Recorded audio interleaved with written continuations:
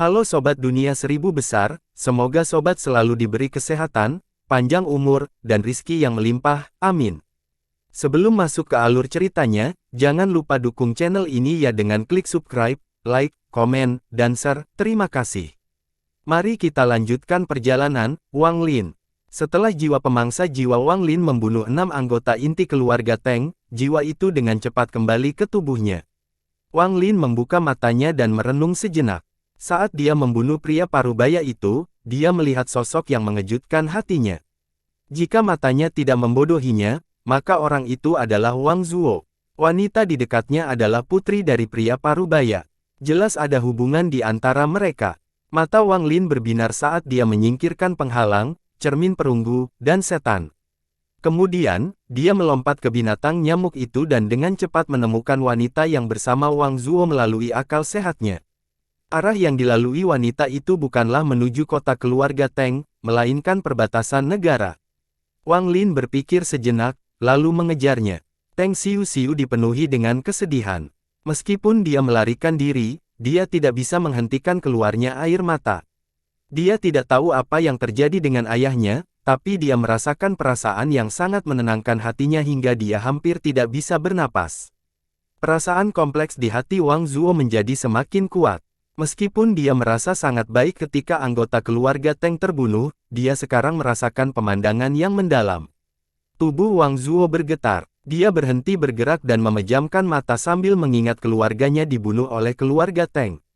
Teng Xiu melihat Wang Zuo berhenti, jadi dia segera berhenti bergerak juga. Dia menatapnya sambil menggigit bibir bawahnya. Saat ini, pria ini, suaminya, adalah satu-satunya yang bisa ia andalkan. Setelah beberapa saat, Wang Zuo membuka matanya dan dengan kejam menamparkan dirinya sendiri beberapa kali. Dia ingin menamparkan dirinya sendiri. Dia ingin mengingatkan dirinya sendiri bahwa keluarga Teng adalah musuhnya dan dia tidak memiliki perasaan apapun terhadap Teng Xiu. Selama mereka berasal dari keluarga Teng, mereka harus mati. Teng Xiu dengan cepat bergerak maju untuk menghentikan Wang Zuo. Air matanya mengalir tanpa henti. Wang Zuo menguatkan hatinya. Dia memegang tangannya dan melemparkan Teng Xiu ke samping. Dia berkata, "Pergi. Mulai sekarang, kamu dan aku tidak memiliki kesamaan satu sama lain." Teng Xiu menatap Wang Zuo dengan mata putus asa. Dia bahkan tidak menyadari bahwa dia menggigit bibirnya begitu keras hingga mengeluarkan darah. Dia berlinang air mata saat dia mencoba meraih Wang Zuo. Tapi Wang Zuo mengelak lagi dan dengan dingin berkata, "Kamu tidak mau pergi. Kalau begitu aku pergi." Dengan itu, dia mulai terbang ke arah yang berlawanan. Teng Xiu menatap punggung Wang Zuo dengan tercengang. Keputusasaan di matanya semakin kuat. Hatinya terasa seperti ditusuk pisau. Wajahnya menjadi merah karena sakit-sakitan dan dia batuk seteguk darah. Wajahnya menjadi pucat saat dia mencoba menenangkan diri. Faktanya, saat Wang Zuo berbalik, dia bisa merasakan jantungnya terkoyak, tetapi memikirkan tentang kematian semua anggota keluarganya, dia memaksa dirinya untuk menguatkan hatinya. Pada saat ini, rasa sakit yang dirasakan Wang Zuo tidak kalah sakitnya dengan rasa sakit Teng Xiu. Teng Xiu tersenyum saat dia dengan lembut memanggil Wang Zuo. "Jangan pergi." Tubuh Wang Zuo bergetar. Dia berkemah saat dia tiba-tiba berbalik ke Teng Xiu dan berteriak, "Enyahlah." Dengan itu, dia dengan cepat mempercepat dan dalam sekejap mata, menghilang tanpa jejak. Keluar dari mulut darah Teng Xiu lagi saat dia melihat ke arah menghilangnya Wang Zuo. Dia tersenyum pahit dan kebingungan memenuhi matanya. Meskipun dunia ini luas, dia tidak tahu kemana harus pergi. Dari dua pria paling penting di dunianya, dia tidak tahu apakah yang satu masih hidup atau mati dan yang lainnya meninggalkannya. Bagi seorang wanita, ini tidak ada bedanya dengan runtuhnya langit. Wang Zuo terbang lebih dari 10 km jauhnya. Tangannya berdarah karena menggenggam tangannya begitu keras. Bayangan kematian anggota keluarganya memenuhi pikirannya, namun pemandangan kesedihan dan keputusasaan Teng Xiu perlahan menggantikannya. Setelah sekian lama, Wang Zuo mendarat di darat. Dia berlutut menghadap ke arah kampung halamannya, bersujud dengan kejam, dan berkata, "Ayah, ibu, anakmu, jangan berbakti." Setelah dia selesai berbicara, dia menutup matanya dan dua aliran air mata mengalir di pipinya. Kemudian, dia bangkit dan segera mengejar Teng Xiuxiu. Saat dia menoleh, dia merasa seperti melihat anggota keluarganya, terutama orang lain, menemuinya dengan rasa sakit. Mereka semua menunjuk ke mengacu dan berkata jahat, menyebut anak haram keluarga Wang. Hati Wang Zuo terbelah menjadi dua saat dia mengejar Teng Xiuxiu. Segera, dia melihat Teng Xiuxiu yang kebingungan terbang. Dia mengulas dan mengulas, menampilkan senyuman lembut. Namun saat keduanya bertemu, niat membunuh yang kuat mengalir ke arah mereka. Mereka melihat seorang pemuda berambut putih yang tertiup angin menunggangi seekor nyamuk raksasa yang terbang ke arah mereka. Di belakangnya ada banyak mayat keluarga Teng. Bau darah yang menyengat setelahnya. Wajah Teng Xiuxiu menjadi pucat. Dia tanpa sadar bersembunyi di balik Wang Zuo, tubuhnya gemetar. Wang Zuo menatap pemuda berambut putih itu. Matanya menunjukkan ekspresi tidak percaya. Kamu adalah Wang Lin. Wang Zuo. Wang Lin melompat dari binatang nyamuk itu. Dia mendarat di hadapan Wang Zuo dan menatap wanita di belakangnya. Wang Zuo tanpa sadar menyembunyikan Teng Xiuxiu dan memandang Wang Lin dengan rumit. Setelah sekian lama, dia perlahan berkata, saya seharusnya sudah menduga bahwa hanya Anda yang memiliki kekuatan untuk membalas dendam kepada keluarga kami. Wang Lin berpikir sejenak dan dengan lembut berkata, Wang Zuo, maafkan aku. Wang Zuo tersenyum pahit dan berkata, jika kamu mengatakan itu padaku saat itu, aku tidak akan memaafkanmu, tapi saat ini, kita hanya punya satu musuh, dan itu adalah Teng Huaiyuan. Mata Wang Lin menjadi dingin saat dia perlahan berkata, Teng Huaiyuan tidak akan bisa melarikan diri, seluruh keluarga Teng tidak akan bisa melarikan diri. Tubuh Teng Xiuxiu bergetar. Meskipun dia ketakutan, dia tetap bertanya, ya, ayahku dia. Diam. Wang Zuo menghentikan Teng Xiuxiu berbicara. Dia menenangkan dirinya dan berkata kepada Wang Lin, dia adalah adik iparmu. Sebelum Wang Zuo selesai berbicara, Wang Lin dengan lembut berkata, ayahmu seharusnya tidak diberi nama Teng. Tubuh Teng Xiuxiu bergetar, tatapan yang diarahkannya pada Wang Lin mengandung kebencian yang mendalam. Saat Wang Zuo mendengar kata-kata itu, dia tahu bahwa Wang Lin telah mengetahui identitas Teng Xiuxiu. Perasaan kompleks di hatinya menjadi semakin kuat. Wang Lin berpikir sejenak. Dia melihat ke Cakrawala dan bertanya, apakah Wang Hao masih di Sekte Xuandao? Wang Zuo menghiburnya dan dengan getir berkata, dia tidak berhasil membentuk intinya, dia sudah mati. Wang Lin menutup matanya. Dia menghela nafas dan berkata, kamu dan dia harus meninggalkan Zhao. Dengan itu, dia bahkan tidak menoleh ke belakang dan melompat ke binatang nyamuk itu. Serangkaian tindakan Wang Zuo dengan jelas menyatakan bahwa dia tidak ingin Teng Xiuxiu mati. Wang Zuo melihat sosok Wang Lin. Perasaannya menjadi semakin rumit. Kematian keluarga dan orang tuanya terlintas di depan mata. Mereka semua melihatnya, bermaksud jahat pada keluarga Wang. Wang Zuo tersenyum pahit saat dia berbalik untuk melihat Teng Xiuxiu. Hatinya tenggelam ketika dia melihat perasaan kebencian yang sangat dalam dan tersembunyi di matanya. Wang Zuo merenung sejenak. Matanya menjadi lembut saat dia dengan lembut berkata, Xiuxiu, ayo kita pergi. Dengan itu, pegangannya menyentuh bulu dengan lembut. Teng Xiuxiu kaget dan kemudian mulai menangis lagi. Selama mereka bersama, ini adalah Zuo menemukan Xiuxiu. Namun, senyumannya pada saat berikutnya membeku, karena tangan Wang Zuo ada di Tianlin-nya. Dengan gelora energi spiritualnya, ia mengakhiri hidup istrinya. Teng Xiuxiu meninggal tanpa rasa sakit. Dia meninggal di pelukan kekasihnya. Memegang mayat istrinya, mata Wang Zuo dipenuhi kesedihan. Dia melihat ke arah menghilangnya Wang Lin dan berkata, Wang Lin, saya tidak akan menjadi pengkhianat keluarga Wang dan saya tidak akan membiarkan sedikit pun garis keturunan keluarga Teng tetap ada. Dengan itu, dia berlutut ke arah rumahnya dan melakukan koutou beberapa kali. Dia memukul keningnya dengan telapak tangan, mengakhiri seluruh kehidupan di tubuhnya, keluar dari mulut darah saat dia jatuh ke tanah sambil menatap istrinya. Xiuxiu, jangan takut, aku akan menemanimu. Wang Lin berdiri di atas binatang nyamuk itu saat tubuhnya tiba-tiba bergetar. Dia bisa dengan jelas merasakan cahaya yang mewakili Wang Zuo dalam kesadaran ilahi menghilang. Dia merenung sebentar, lalu tubuhnya menghilang dari puncak binatang nyamuk itu. Ketika dia muncul, dia berdiri di samping tubuh Wang Zuo. Wang Lin memandang tubuh Wang Zuo dengan perasaan kompleks di hatinya. Dia mengerti bahwa Wang Zuo terpecah antara keluarga dan kekasihnya, dan pada akhirnya hanya bisa membunuh kekasihnya dengan tangannya sendiri untuk mengakhiri rasa bersalah terhadap keluarganya. Di saat yang sama, setelah istrinya meninggal, dia bunuh diri untuk memenuhi cintanya kepada istrinya. Wang Lin berpikir sejenak, lalu menunjuk ke alis Wang Zuo. Secara bertahap, api jiwa lemah yang bisa padam kapan saja muncul di tangan Wang Lin. Dia menghela nafas dan menghilang dari tempatnya. Di bagian timur laut ibu kota, terdapat sebuah rumah besar milik keluarga Wang. Seorang pemuda berambut putih muncul di dalam rumah keluarga Wang. Pemuda itu berjalan melewati rumah seolah-olah dia transparan. Sepertinya tidak ada satupun pelayan yang memperhatikannya.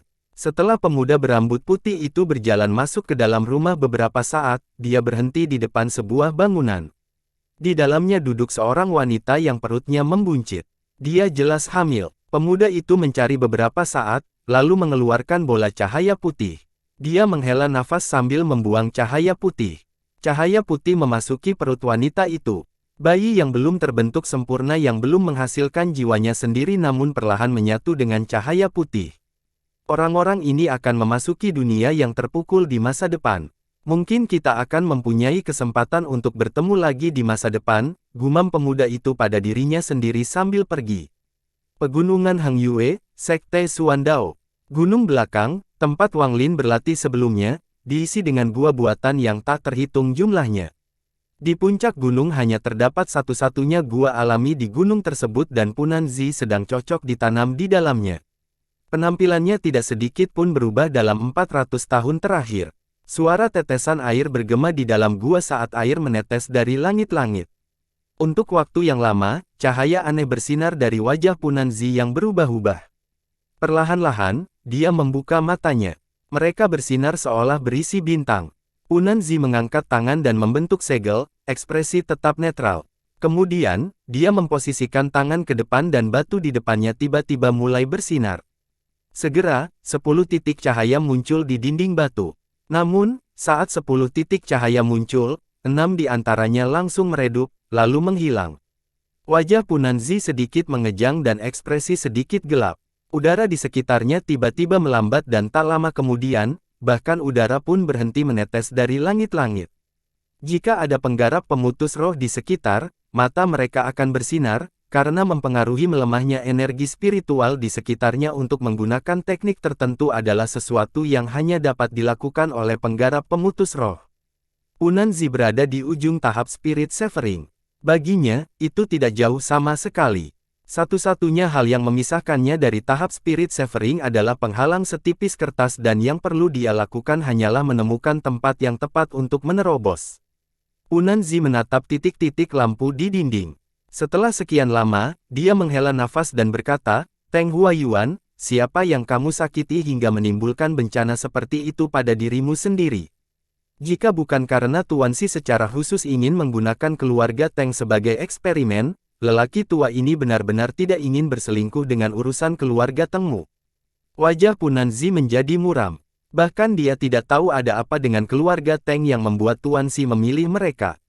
Jika tidak demikian, maka hanya dengan sumber daya keluarga Teng, tidak mungkin mereka tiba-tiba mendapatkan 9 penggarap Nas Chen Sol dan Teng Huayuan tidak akan tiba-tiba menjadi konsultan Punan Zi hanya dalam 400 tahun. Dia merenung sebentar, lalu berdiri, menemukan lengan bajunya, dan menghilang dari tempatnya. Ketika dia muncul kembali, dia sudah berada di puncak pegunungan Hangyue. Punan Zi berlutut, menatap ke langit, dan membentuk banyak segel berbeda dengan tangannya. Saat segel terbentuk, semakin banyak awan muncul dan tekanan tak terlihat perlahan terbentuk di langit.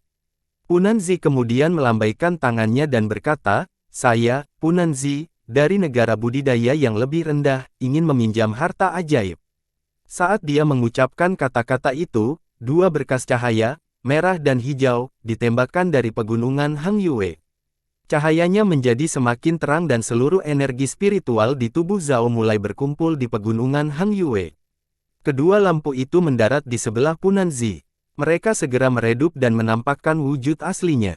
Bentuk aslinya adalah 2 cakram ajaib. Di piringan ajaib itu ada 4 bilah yang memancarkan cahaya dingin. Bahkan ada celah di ruang sekitar mereka. Dapat dengan mudah dikatakan bahwa ini bukanlah harta sihir tingkat jiwa yang baru lahir dan dibuat oleh seseorang yang memecah roh atau lebih tinggi. Unanzi dengan hormat bersujud beberapa kali sebelum akhirnya mencetaknya dengan akal ilahi dan dengan hati-hati memasukkannya ke dalam tas pegangannya. Baru pada saat itulah dia akhirnya rileks. Dia mulai mengeluarkan niat membunuh yang kuat dan bergumam, "Teng Huayuan, ini terakhir kalinya aku akan membantumu. Jika dalam 100 tahun keluarga Teng masih belum memiliki kultivator pemutus roh, jangan salahkan saya karena kejam terhadap keluarga Teng." Dengan itu, dia menghilang tanpa jejak. Saat energi roh melonjak, Wang Li menyadarinya. Meski ekspresinya tidak berubah, hatinya tenggelam. Namun, dia mendengus dingin dan menyerbu ke arah anggota inti keluarga Teng yang terakhir. Di perbatasan negara Zhao ada ruang yang sangat misterius. Setiap kali manusia fana mengungkit tempat ini, hal itu akan menimbulkan ketakutan. Bahkan para kultivator pun sangat gugup dengan tempat ini. Itu adalah lubang besar berisi lumpur hitam. Ini adalah lubang berisi lumpur hitam yang mengeluarkan bau menyengat. Hidung. Tak seorang pun selain beberapa orang yang tahu persis seberapa dalam sebenarnya lubang lumpur ini. Setiap 100 tahun, lubang lumpur ini akan meledak, dan setiap ledakan merupakan pemandangan yang mengejutkan. Seringkali, ini adalah tempat terlarang. Tidak peduli apakah itu manusia, pembudidaya, atau binatang buas, ketika mereka berada dalam jarak tertentu dari lubang lumpur, mereka akan ditarik oleh kekuatan isap yang kuat dan dikubur hidup-hidup. Setelah sekian lama, kabut hitam diam-diam muncul dan menutupi seluruh area. Ini dianggap sebagai tempat paling berbahaya di Zhao dalam 400 tahun terakhir, lubang lumpur hitam. Di bagian terdalam lubang lumpur hitam ini terdapat peti mati yang terbuat dari kristal hitam. Peti mati kristal hitam ini tidak tertutup lumpur hitam. Bisa dikatakan ada lapisan tebal tulang putih di antara peti mati dan lumpur hitam. Di antara tulang-tulang tersebut terdapat tulang manusia dan binatang. Tulang-tulang ini milik orang-orang yang terhisap selama 400 tahun terakhir. Tempat yang paling ditakuti oleh Teng Eid. Ini adalah area budidaya Teng Wan. Teng Wan adalah legenda di keluarga Teng. Orang ini bukan keturunan Teng Huayuan. Tepatnya, dia adalah adik dari Teng Huayuan.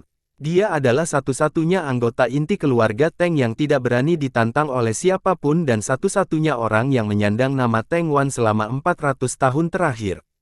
Ketika Wang Lin berada dalam jarak 1000 km dari lubang lumpur, dia menyadari apa yang istimewa dari tempat ini. Setelah merenung sedikit, dia memutuskan untuk tidak membiarkan binatang nyamuk itu melanjutkan perjalanannya dan terbang sendiri. Hampir saat Wang Lin memasuki lubang lumpur sejauh 1000 km, sebuah tangan layu terulur dari peti mati. Perlahan, seorang pria mirip kerangka duduk. Seluruh tubuh orang ini berwarna hitam dan tidak ada otot sama sekali di tubuhnya. Di kepalanya hanya ada beberapa helai rambut. Seluruh orang tampak sangat menakutkan.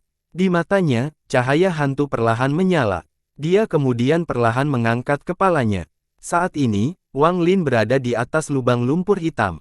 Ekspresinya lebih serius dari sebelumnya dan bendera larangannya sudah dikibarkan dan melayang di sampingnya. Dia melihat ke lubang lumpur. Tanpa ragu-ragu, matanya bersinar merah dan serangkaian sambaran petir merah Jirealem melesat ke lumpur hitam. Jauh di dalam lubang lumpur, cahaya hantu di mata pria di peti mati itu bersinar terang saat dia menyaksikan rangkaian sambaran petir merah mendarat. Pria itu mengangkat tangan kurusnya dan menyentuh salah satu sambaran petir merah. Tiba-tiba, dengan dentuman keras, petir merah itu menghilang tanpa bekas dan retakan muncul di jari pria itu. Pria itu menjilat bibirnya. Dalam cahaya hantu di matanya, keinginan kuat untuk bertarung muncul. Dia perlahan berdiri. Pada saat itu, lebih banyak lagi petir merah yang mendarat, tetapi terhalang oleh jarinya. Akhirnya, semua petir merah terhalang, tapi seluruh lengan kanannya dipenuhi retakan. Dia melihat lengannya dan menggoyangkannya. Itu langsung berubah menjadi debu. Dia sepertinya tidak peduli sama sekali. Tubuhnya memancarkan keinginan kuat untuk bertarung. Dia tersenyum saat dia menyerang ke atas. Wajah Wang Lin sangat jelek. Dia bisa dengan jelas merasakan bahwa barusan, petir merah yang dibentuk oleh Jirealem diblokir hanya dengan mengorbankan satu lengan. Hal seperti ini belum pernah terjadi sebelumnya.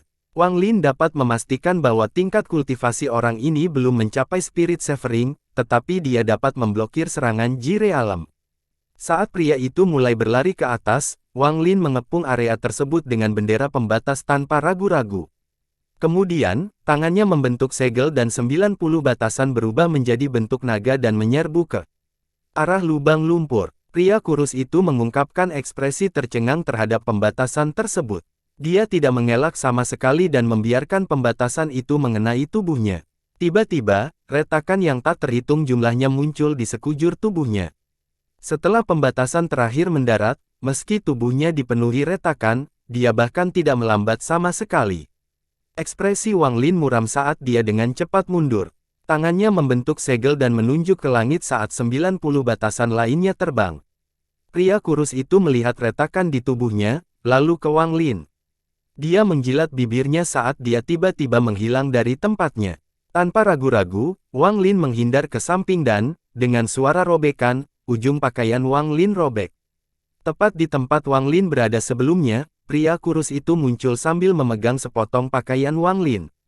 Matanya dipenuhi semangat juang. Kulit kepala Wang Lin kesemutan saat dia menatap pria kurus itu. Jika nafasnya lebih lambat, dia pasti sudah dipukul oleh pria kurus itu. Matanya menjadi gelap ketika pembatasan turun sekali lagi dan menyerang pria kurus itu. Pria kurus itu sekali lagi mengungkapkan ekspresi tercengang. Dia tidak menghindar. Dia membiarkan pembatasan itu menimpanya, menyebabkan lebih banyak retakan muncul di tubuhnya. Mata Wang Lin berbinar. Sebelum semua pembatasan diterapkan, dia menghabiskan lebih banyak energi spiritual untuk memanggil lebih banyak pembatasan untuk menyerang. Pada saat yang sama, tubuhnya tidak pernah berhenti saat dia terus bergerak. Saat dia mengendalikan pembatasan, sambaran petir merah Ji Realem yang tak terhitung jumlahnya ditembakkan. Pria kurus itu masih tidak bergerak. Hanya ketika petir Ji Realem hendak mendarat barulah dia mengangkat tangan kirinya untuk memblokir. Lambat laun, retakan semakin banyak muncul di tubuhnya dan lengan kirinya mulai berubah menjadi debu. Ini adalah pertarungan yang sangat aneh. Pengalaman bertempur Wang Lin bisa dikatakan sangat kaya, namun ia belum pernah mengalami pertempuran aneh ini. Teng Wan tidak menghindar atau memblokir. Dia hanya membiarkan serangan mengenai dirinya. Namun, bahkan Wang Lin pun tidak bisa bertahan lama saat menggunakan semua serangan kuat ini, terutama Ji Realem, yang merusak Nas Chen Soul miliknya setiap kali dia menggunakannya. Tubuh Wang Lin menghilang dan muncul kembali sejauh 100 meter. Dia mengeluarkan botol giok dan menuangkan seluruh isinya ke dalam mulut untuk memulihkan energi spiritualnya. Tapi di saat yang sama, pria kurus itu mengangkat kepalanya dan bergerak sekali lagi. Perasaan bahaya Wang Lin terngiang-ngiang di kepalanya saat dia dengan cepat menghindar ke samping. Sekali lagi, dia nyaris tidak bisa menghindar ketika pria kurus itu muncul kembali dan menyerang. Dahinya dipenuhi keringat saat dia dengan cepat mencerna pil yang baru saja dia konsumsi untuk memulihkan energi spiritual di tubuhnya. Dia menamparkan tas pegangannya dan mengeluarkan sarung pedang kuno. Dia kemudian mengeluarkan pedang terbang dan memasukkannya ke dalam sarung pedang. Tiba-tiba, pedang energi keluar dari sarung pedang, membentuk pedang raksasa, yang mendarat di Teng Wan. Pria kurus itu menjadi tercengang lagi saat dia melepaskan energi pedang menghantam tubuhnya. Tubuhnya akhirnya tidak mampu menahan semua kerusakan dan mulai roboh. Tapi saat seluruh tubuhnya hampir roboh, dia tiba-tiba sepertinya menyadari sesuatu. Dia berjuang untuk membuat tangan kirinya yang hampir roboh membentuk segel dan menyalin sebuah kata yang terdengar seperti tulang yang bergesekan. Mengemban. Tiba-tiba, tubuh yang hendak roboh bersinar emas dan kembali ke kondisi sempurna. Wang Lin menarik napas dalam-dalam sambil menatap orang itu, tidak bisa mengucapkan kata pun. Mata pria kurus itu berbinar. Saat dia menatap Wang Lin dengan keinginan kuat untuk bertempur. Tangannya mengepal dan berubah menjadi kabur saat dia meninju ke arah Wang Lin. Mata Wang Lin berbinar dan dia segera mundur. Namun dia segera menemukan bahwa semua kekuatan spiritual di sekitarnya sepertinya telah tersedot oleh kekuatan misterius. Bahkan sepertinya menciptakan kekuatan yang memenjarakan. Wang Lin segera merasakan kecepatannya menurun drastis di bawah kekuatan ini. Pada saat itu, hati Wang Lin dengan cepat menjadi tenang. Dia buru-buru mengeluarkan cermin perunggu dan mengarahkannya ke Teng Wan, tapi lampu hijau yang dikeluarkan oleh cermin perunggu tidak mempengaruhinya. Tinju Teng Wan membentur cermin perunggu. Cermin itu retak dan mengeluarkan kilatan cahaya. Berkat cahaya itu, penjara di sekitarnya melemah dan dia dengan cepat keluar dari area tersebut. Di saat yang sama, jantungnya sakit saat dia berteriak, meledak. Sejumlah retakan besar tiba-tiba muncul di cermin perunggu kuno, dan kemudian meledak. Penyebaran ini menimbulkan hembusan angin besar yang menyapu seluruh wilayah. Setelah hembusan angin berlalu, Teng Wan batuk seteguk darah emas. Saat darah keluar dari mulut, tubuhnya terlihat jauh lebih lemah. Dia memasang ekspresi panik di wajahnya saat dia mengejar darah itu, mencoba menelannya. Mata Wang Lin berbinar. Dia tidak ragu sedikit pun saat dia maju ke depan alih-alih mundur. Ada yang aneh dengan darah itu. Ketika Teng Wan melihat Wang Lin runtuh, dia terbang lebih cepat dan mengulurkan tangannya. Mata Wang Lin berbinar dan dia juga mengulurkan tangan. Di bawah kekuatan Ke emas terbelah menjadi dua bagian, masing-masing setengah melayang menuju salah satunya. Setelah Teng Wan mendapatkan darah emas itu, dia segera menelannya. Lalu, dia menatap Wang Lin dan dengan cepat menuduhnya. Wang Lin mengambil darah emas itu dan lari keluar tanpa kata pun. Keduanya terbang sangat cepat, satu demi satu. Wang Lin tidak berlari dalam garis lurus, melainkan mengelilingi area sekitar lubang lumpur. Dia selalu merasa Teng Wan sangat aneh. Ketika dia melihat darah emas, dia akhirnya menyadari sesuatu. Meskipun dia tidak tahu apa itu darah emas, ingatan dewa kuno memiliki hal serupa. Sebenarnya, darah emas ini bukanlah sesuatu yang istimewa. Itu mirip dengan darah dewa kuno, atau lebih tepatnya, mengandung sedikit darah dewa kuno. Selain saat dia mereformasi tubuhnya, tidak ada serangan Teng Wan yang melepaskan energi spiritual sama sekali. Serangannya murni bersifat fisik. Cara ini bukan lagi milik seorang profesional. Orang ini seperti boneka yang hanya tahu cara menggunakan kekerasan. Teng Wan juga memenuhi kebingungan ketika membahas teknik Wang Lin, namun di bawah kebingungan ini, sepertinya ada sedikit pemahaman.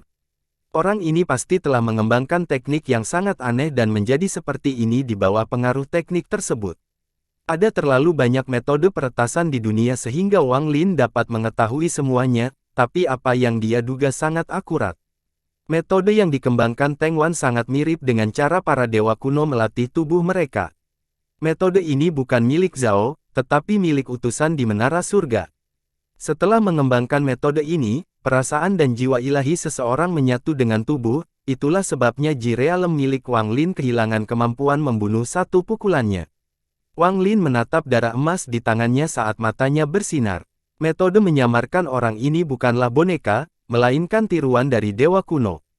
Cahaya dingin melintas di mata Wang Lin saat dia menamparkan tasnya dan menyebabkan kabut gelap. Kabut gelap berubah menjadi dua boneka. Ini adalah dua boneka Nas Chansol yang dia dapat dari Pak Tua Jimo. Wang Lin menjentikkan jari penanda dan dua tetes darah mendarat di boneka itu. Tiba-tiba, mata boneka-boneka itu bersinar merah saat mereka menyerang Teng Wan. Boneka-boneka tersebut menyerang dengan tangan dan kaki, berusaha menghentikan Teng Wan. Mata Teng Wan memancarkan cahaya seperti hantu. Dia berpegangan tangan dan meninju salah satu boneka itu. Boneka itu bergetar dan hancur berkeping-keping. Meski rekannya tersebar, boneka yang tersisa tidak takut dan terus menyerang. Wang Lin mengambil kesempatan ini dan tiba-tiba berhenti. Dia melemparkan darah emas itu ke udara. Tangannya membentuk segel yang rumit saat dia melantunkan mantra dalam bahasa yang rumit. Pada saat itu, bahkan orang yang paling terpelajar pun akan kesulitan memahami apa yang dikatakan Wang Lin, karena Wang Lin berbicara dalam bahasa dewa kuno untuk menggunakan suatu teknik. Sebenarnya, Wang Lin memiliki banyak teknik milik dewa kuno dalam ingatannya, tetapi tanpa warisan kekuatan, mustahil dia untuk menggunakan salah satu dari teknik tersebut. Teknik yang dia gunakan sekarang adalah salah satu dari sedikit teknik yang tidak memerlukan warisan kekuatan. Itu hanya membutuhkan sedikit darah dewa kuno. Setelah Wang Lin melihat darahnya, dia membuat keputusan untuk menggunakan teknik ini. Saat penampilan Wang Lin berlanjut, darah emas mulai mendidih dan mengeluarkan gas putih. Semakin banyak gas putih yang keluar, darah emas mengembun menjadi simbol yang aneh. Saat simbol itu muncul, langit menjadi gelap dan seluruh awan menghilang saat seberkas cahaya keemasan turun. Saat cahaya keemasan turun, sosok besar yang murni terdiri dari energi spiritual muncul. Sosok ini cukup besar, kepalanya menjulur ke langit. Saat membungkusnya, ia menggunakan sejumlah besar energi spiritual dari pembuluh darah roh di dalam tubuh Zhao. Sejak hari itu, 3/5 pembuluh darah roh menjadi tidak berguna. Energi spiritual dalam jumlah besar terkumpul. Sisa 2/5 pembuluh darah roh perlahan-lahan kehilangan energi spiritualnya juga, namun jumlah darah yang digunakan terlalu sedikit, sehingga raksasa itu tidak dapat mengambil bentuk fisiknya dan hanya berada dalam kondisi ilusi. Dahi Wang Lin dipenuhi keringat. Penggunaan teknik ini terbukti menjadi beban besar bagi tubuhnya karena bintang ungu di dahi berkedip-kedip dengan cepat. Pada saat yang sama, Wang Lin berusaha mengarahkan tangan ke arah Teng Wan, yang melihat ada sesuatu yang tidak beres dan melarikan diri. Tiba-tiba, sosok itu mengangguk dan melingkarkan tangannya ke arah Teng seseorang yang sedang melarikan diri. Tangan raksasa itu mengenai Teng Wan. Tanpa waktu untuk bereaksi, Teng Wan menghilang secara misterius. Dalam pengertian ilahi Wang Lin, cahaya yang melambangkan Teng Wan meredup. Tak lama kemudian, setetes darah emas muncul di tempat Teng Wan menghilang. Wang Lin mengulurkan tangan dan setetes darah mengalir ke arahnya. Pada saat yang sama, sosok raksasa itu bersandar ke arah Wang Lin, berjalan menuju matahari terbenam, dan menghilang. Simbol aneh yang terbentuk oleh darah emas juga menghilang. Pada saat itu, semua penggarap Nas Chen Sol di Zhao menyadari gangguan ini. Unanzi, yang sedang terbang, tiba-tiba berhenti dan ekspresinya berubah drastis. Dia dengan cepat menyebarkan akal sehatnya untuk memeriksanya. Pada saat yang sama, di menara surga di tengah-tengah Zhao, seorang pria gemuk membuka matanya saat sedang berbaring sambil menatap ke arah Wang Lin dengan ekspresi tidak percaya. Ini adalah teknik pembukaan surga dari klan iblis raksasa. Adapun Wang Lin, dia dengan hati-hati memasukkan setetes darah emas ke dalam tasnya dan segera duduk bersila. Dia mengeluarkan botol-botol batu giok dan menuangkannya ke dalam mulutnya saat dia dengan cepat mengaktifkan taktik dewa kuno untuk mencernanya. Boneka yang tersisa berdiri di sana, bingung, di samping Wang Lin, tetapi jika ada yang mendekat, ia akan menyerang. Setelah suatu hari, Wang Lin membuka matanya dan menarik napas dalam-dalam. Jika bukan karena dia meminum semua pil itu, maka setelah menggunakan teknik dewa kuno, dia membutuhkan setidaknya setengah bulan untuk pulih. Dia berdiri, melihat boneka itu, dan melihat ada kerusakan pada boneka itu. Menurut batu giok tersebut, boneka tersebut akan dapat memperbaiki dirinya sendiri, jadi Wang Lin membuat segel dan menempelkannya di dahi boneka tersebut dan berubah menjadi asap, yang kembali ke tas pegangan Wang Lin. Wang Lin melihat ke arah tempat Teng Wan meninggal dengan tatapan yang rumit. Keluarga Teng jauh lebih kuat dari yang dia kira. Jika dia tidak berhasil menggunakan teknik dewa kuno sesuai dengan rencana awalnya, maka dia harus menggunakan upaya terakhirnya. Petir pembalasan ilahi adalah sesuatu yang sebenarnya tidak ingin dia gunakan karena jika dia menggunakannya sekarang, maka besar kemungkinan balas dendamnya akan terhenti. Sepotong petir pembalasan ilahi ini adalah sesuatu yang telah disiapkan Wang Lin untuk menghadapi utusan di dalam menara surga. Bukan saja Wang Lin tidak harus menggunakan petir surgawi ilahi, dia juga mendapatkan setetes darah dewa kuno. Meskipun setetes darah ini tidak terlalu murni dan akan hilang setelah digunakan, itu masih cukup untuk menyelamatkan nyawanya sekali. Wang Lin memegang tangannya dan mengibarkannya kembali. Dia melihat bendera itu dan memutuskan bahwa setelah masalah dengan keluarga Teng selesai, dia harus menemukan tempat yang dapat menahan petir persembahan ilahi dan menempatkan batas terakhir pada bendera tersebut. Kemudian, ia akan mencapai penyelesaian tingkat pertama dan kekuatan akan meningkat pesat. Tidak akan lagi seperti sekarang ini, di mana hampir tidak ada efek apapun terhadap musuh. Ini adalah pertama kalinya Wang Lin merasa dia memiliki terlalu sedikit harta sihir. Memecahkan cermin perunggu membuatnya sedikit kehilangan harta sihir yang dimilikinya. Pada titik ini, satu-satunya harta ajaib yang benar-benar dia gunakan adalah bendera pembatas dan sarung pedang itu. Sedangkan untuk pedang terbang, sekarang terlalu lemahkan lagi. Selain yang ketiga, masih ada beberapa lainnya, namun hanya efektif dalam kondisi tertentu, seperti jebakan binatang buas yang hanya berguna saat melawan binatang buas yang kuat. Dan ada juga gulungan misterius itu. Meskipun Wang Lin belum menggunakannya, dia bisa merasakan sensasi dari gulungan itu setiap kali dia mengeluarkannya. Dia merasa ada bentuk kehidupan yang kuat di dalamnya dan dia tidak boleh membukanya begitu saja. Tentu saja, dia masih memiliki harta sihir lainnya, tetapi harta itu terlalu lemah. Wang Lin berpikir sebentar, lalu mengeluarkan 3 tas berisi. Perasaan bahaya karena kekurangan harta sihir membuatnya mau tidak mau melihat tas ketiga ini. Melalui pertempuran ini, Wang Lin menyadari bahwa Ji Realem tidak terkalahkan. Ada hal-hal di dunia ini yang dapat menolak atau bahkan melawannya. Tentu saja, jika dia bisa mengolah Ji Realem hingga puncaknya, maka itu bukan masalah, tapi membuat Ji Realem terlalu sulit. Hasilnya, harta sihir menjadi sangat penting. Dia tidak ingin menaruh semua harapannya pada Ji Realemnya, karena jika Ji Realemnya menjadi tidak efektif, maka semuanya akan sia-sia. Menatap ketiga tas berisi, Wang Lin menarik napas dalam-dalam. Dia mengibarkan bendera larangan dan mengelilingi area itu dengan asap hitam. Kemudian, dia menunjuk ke mahkota dan kedua iblis itu keluar untuk menjaganya. Setelah sedikit ragu, dia tidak memanggil boneka itu. Boneka tersebut mengalami kerusakan akibat pertempuran dengan Teng Wan dan tidak layak lagi untuk dijaga. Setelah melakukan semua itu, Wang Lin menjadi serius dan mengambil tugas berisi. Tas penyimpanan ini, milik Kaisar Kuno. Kata Lan disulam di tas. Wang Lin berpikir sedikit, lalu energi spiritual melonjak. Avatar yang bertindak sebagai Nas Chen Soul-nya membuka matanya dan potongan tekanan spiritual terpancar dari tubuhnya saat tangan tiba-tiba bergerak menuju tas. Saat tangan menyentuh tas itu, sebuah kekuatan yang kuat menahannya. Hatinya tenggelam ketika dia menyadari bahwa Kaisar Kuno belum mati. Dia menarik napas dalam-dalam dan tekanan tangan ke tas itu. Dengan setiap tekanan, sebagian perasaan ilahi Kaisar Kuno telah dihilangkan, tetapi itu sangat lambat dan pada saat yang sama, balasan serangan yang dirasakan Wang Lin meningkat. Setelah setengah jam, dahi Wang Lin dipenuhi keringat. Dia menarik napas dalam-dalam dan mengeluarkan beberapa pil untuk membantu menstabilkan tubuhnya. Dia mengatupkan giginya, mengaktifkan Ji Realem di tangannya, dan menekannya ke tugas bersama dengan energi spiritualnya. Kali ini, kecepatannya meningkat pesat, namun konsumsi energi spiritual Wang Lin juga meningkat. Setelah dia meminum beberapa botol pil, cahaya putih tiba-tiba muncul dari tas berisi dan menghilang. Wang Lin santai dan mengungkapkan ekspresi gembira.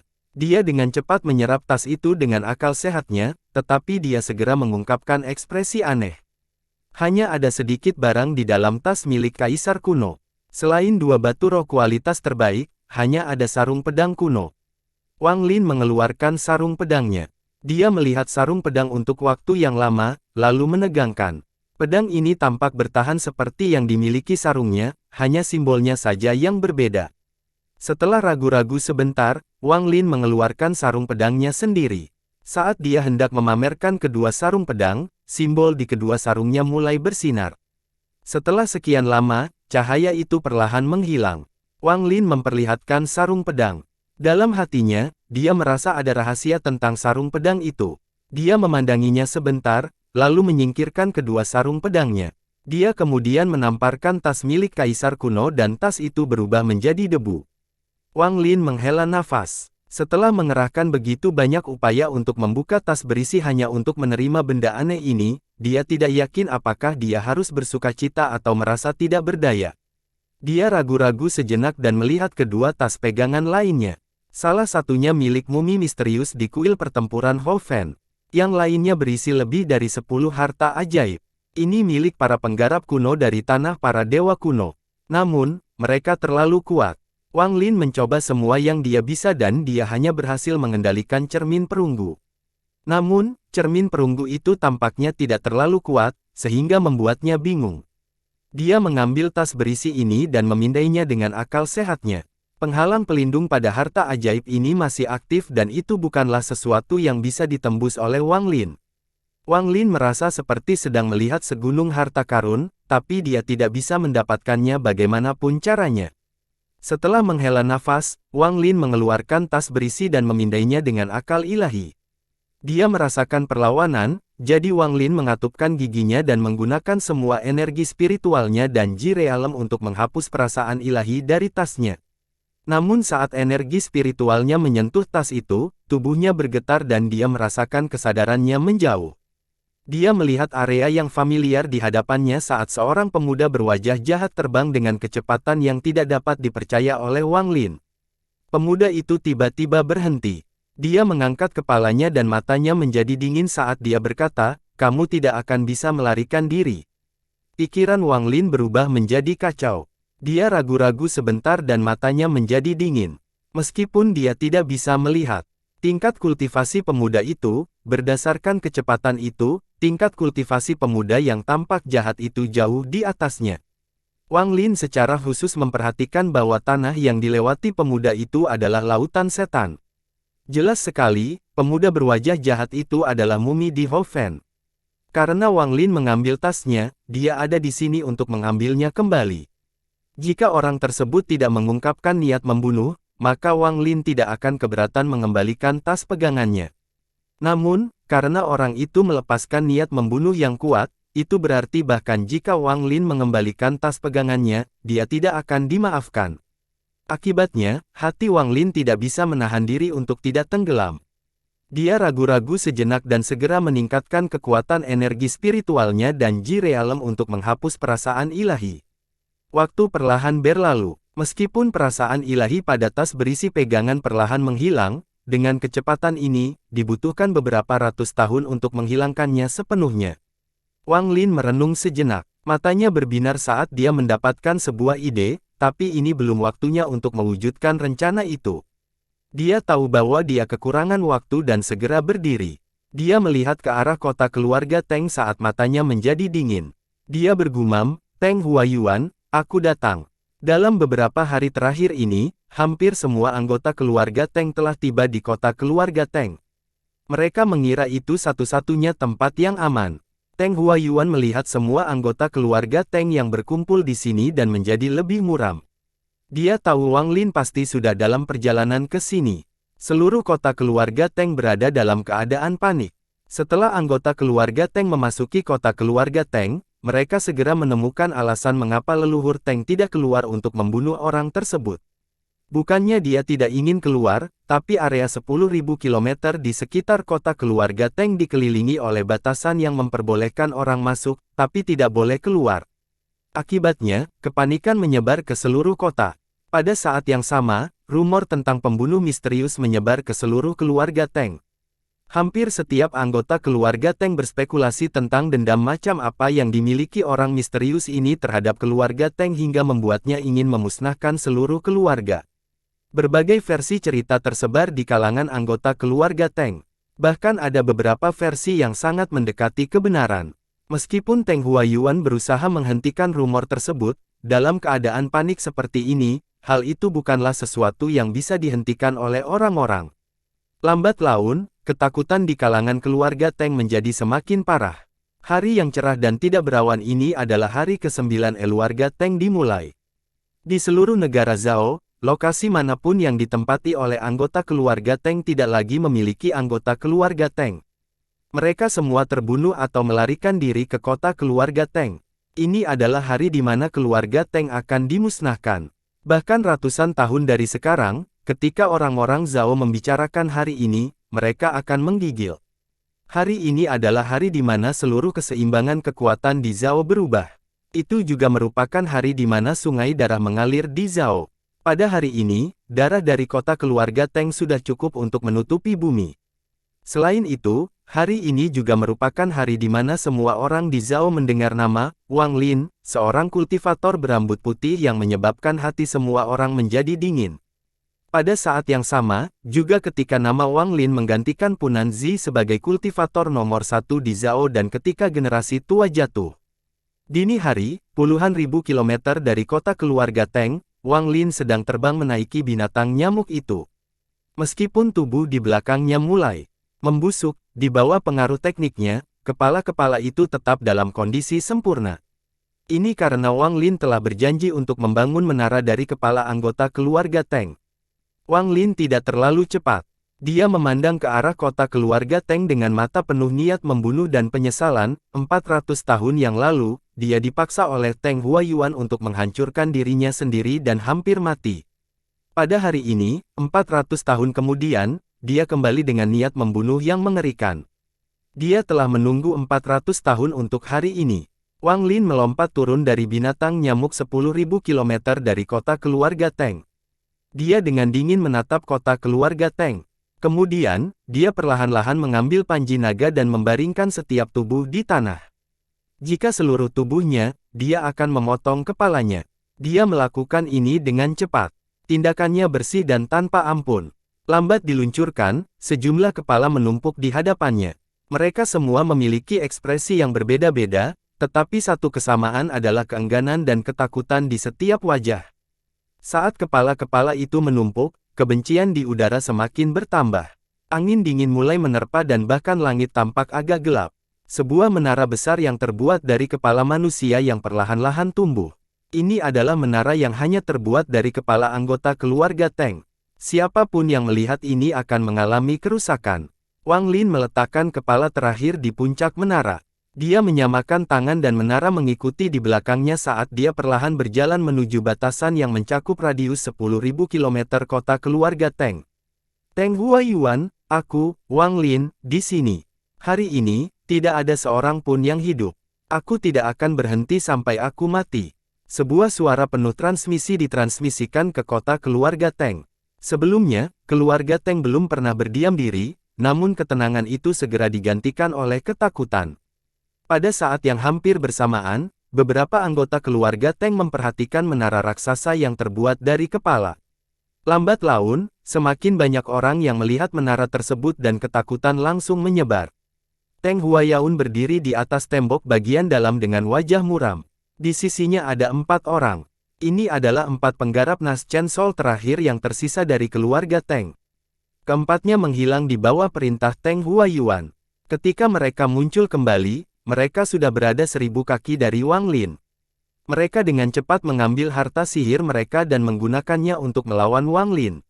Bagaimana balas dendam Wang Lin bisa dihentikan hanya oleh mereka yang berempati. Meskipun Wang Lin tampak tenang, ada sedikit kekecewaan di hatinya. Hari ini, dia akan melampiaskan kemarahannya selama 400 tahun terakhir. Hari ini, akan menjadi orang gila yang haus darah. Hampir tanpa ragu-ragu, saat 4 penggarap Nas Chen Sol muncul, Ji Realem milik Wang Lin bergerak. Berkat serangkaian sambaran petir merah, penggarap keempat Nas Chen Sol mengeluarkan selimut bahkan sebelum mereka bisa menggunakan harta sihir mereka. Ji Realem membentuk sangkar dan memanggil 4 penggarap Nas Chen Sol. Pada saat yang sama, Wang Lin memaksa masuk ke dalam kandang. Tangannya bergerak seperti pisau dan memenggal kepala orang itu. Dia kemudian menendang kepalanya ke arah menara. Menara kepala mendapat perhatian lain. Menyembur seperti darah yang mengalir dan menyebar ke seluruh tanah. Wang Lin tiba-tiba berbalik. Pedang terbang muncul di tangan. Serangan pedang terbang membuat kepala lainnya jatuh ke tanah. Menara kepala mendapat perhatian lain. Semua ini terjadi dengan sangat cepat. Hampir dalam sekejap, 2 dari 4 orang terbunuh. 2 lainnya terjebak di dalam kandang, tidak mampu melawan. Dipenuhi dengan kebencian yang kuat, Wang Lin berteriak, "Bunuh!" Sangkar Ji Realem menutup dan menghapus 2 penggarap Nas Chen Sol yang tersisa. Menghujani darah bersama potongan daging. Namun, di bawah kendali Wang Lin, kepala mereka tetap utuh. Menara kepala memperoleh doa kepala lagi. Setelah membunuh 4 orang, Wang Lin berdiri tegak sambil memandang ke arah Teng Huaiyuan dengan senyum kejam. Saat melihat senyuman itu, hati Teng Huaiyuan menjadi sangat dingin. 4 penggarap jiwa baru lahir dengan mudah dibunuh. Tingkat keparahan apa yang telah dicapai Wang Lin ini? Kulit kepala Teng Huaiyuan kesemutan. Asumsinya sebelumnya salah. Pembatasan di sekitar kota tidak ditetapkan oleh orang lain, tapi oleh iblis ini. Teng Huaiyuan, aku di sini. Mata Wang Lin dipenuhi kebencian, tapi tindakannya sangat tenang. Dia bahkan tersenyum. Saat dia berbicara, tangannya terulur dan berubah menjadi tangan raksasa.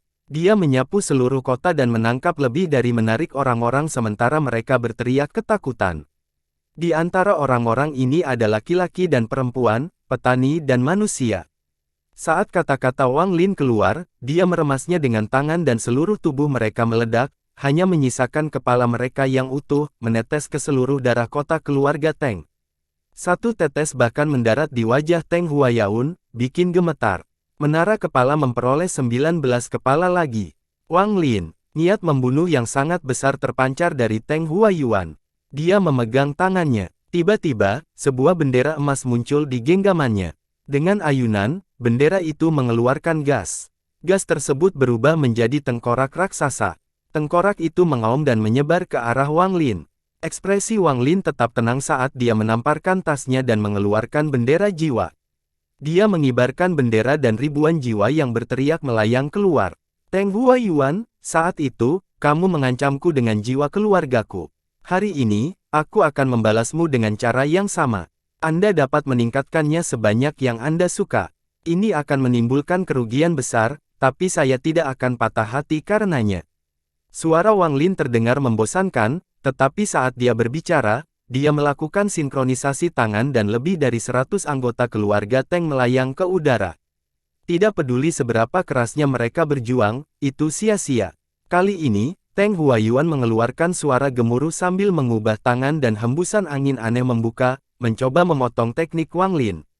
Wang Lin mencibir. Chi realemnya ditembakkan. Saat itu terjadi, angin aneh menghilang. Wang Lin menggenggam tangannya dan lebih dari 100 orang meledak, menghujani darah dari langit. Kali ini, tidak ada satupun anggota keluarga Teng yang mampu menahan ketegangan seperti ini. Tidak ada yang tahu siapa yang melakukannya pertama kali, tapi semua orang menyebarkan pedang terbang mereka ke segala arah.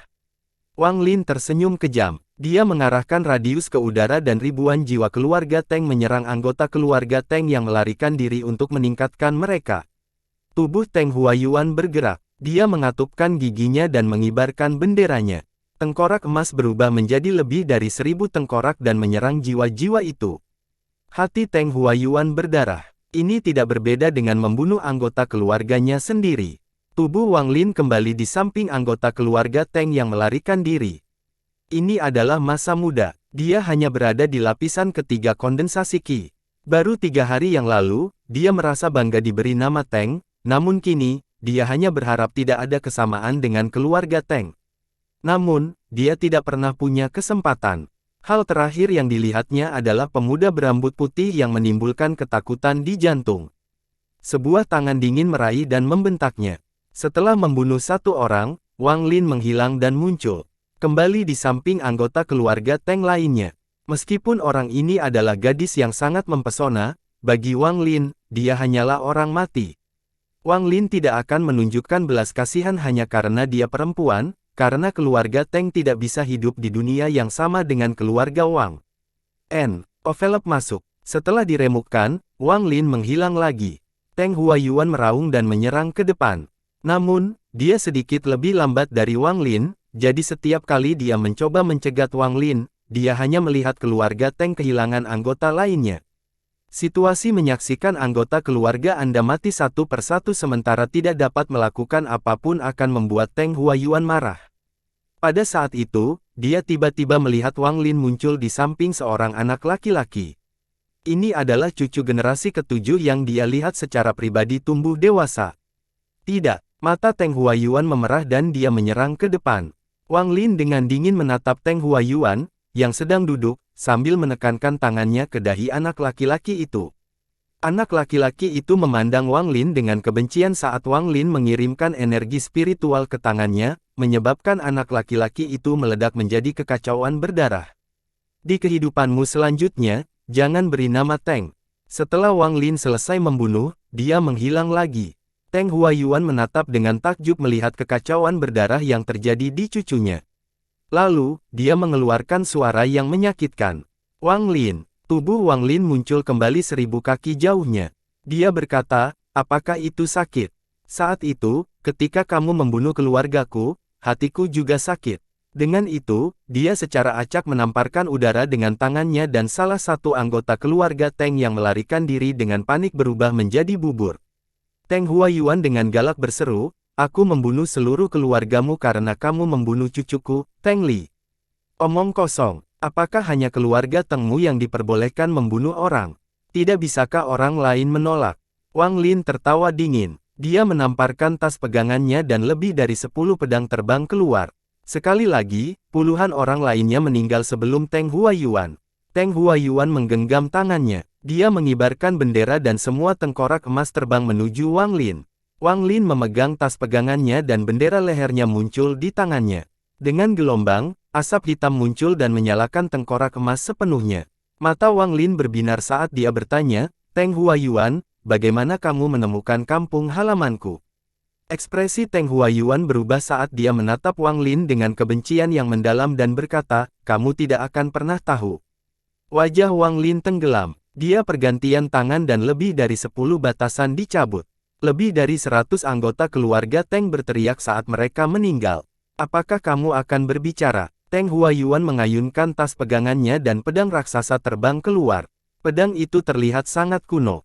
Dia menggigit ujung lidahnya dan mengeluarkan darah segar. Seluruh tubuhnya tampak lebih lemah setelahnya, tapi pedang besar itu mulai bersinar dan terbang menuju Wang Lin seperti kilat. Mata Wang Lin berbinar. Saat pedang raksasa itu terbang, Ji Realem miliknya bergerak. Serangkaian sambaran petir merah ditembakkan dan mengelilingi pedang dalam sekejap. Setelah serangkaian suara retakan, pedang raksasa itu perlahan patah. Pada akhirnya, Ji Realem habis dan pedang raksasa itu berubah menjadi debu. Wang Lin meraih tasnya dan mengeluarkan beberapa jiwa baru lahir yang dia dapatkan dari anggota keluarga Teng. Dia mengkonsumsinya untuk memulihkan energi yang terpakai dengan cepat. Teng Huayuan menatap dengan heran ke tempat pedang itu menghilang. Seluruh dirinya tiba-tiba menjadi lebih tua. Wang Lin membentuk segel dengan tangannya. Dia menekannya di dahi dan iblis Su Liguo serta iblis ketiga dengan cepat terbang keluar. Di bawah komando Wang Lin, mereka mengeluarkan raungan gembira dan menyerang anggota keluarga Teng. Dalam sekejap mata, beberapa orang berteriak sedih saat mereka meninggal. Setiap teriakan menyebabkan tubuh Teng Huayuan bergetar. Apakah kamu akan berbicara? Suara Wang Lin sedingin es. Teng Huayuan menarik napas dalam-dalam dan menutup matanya.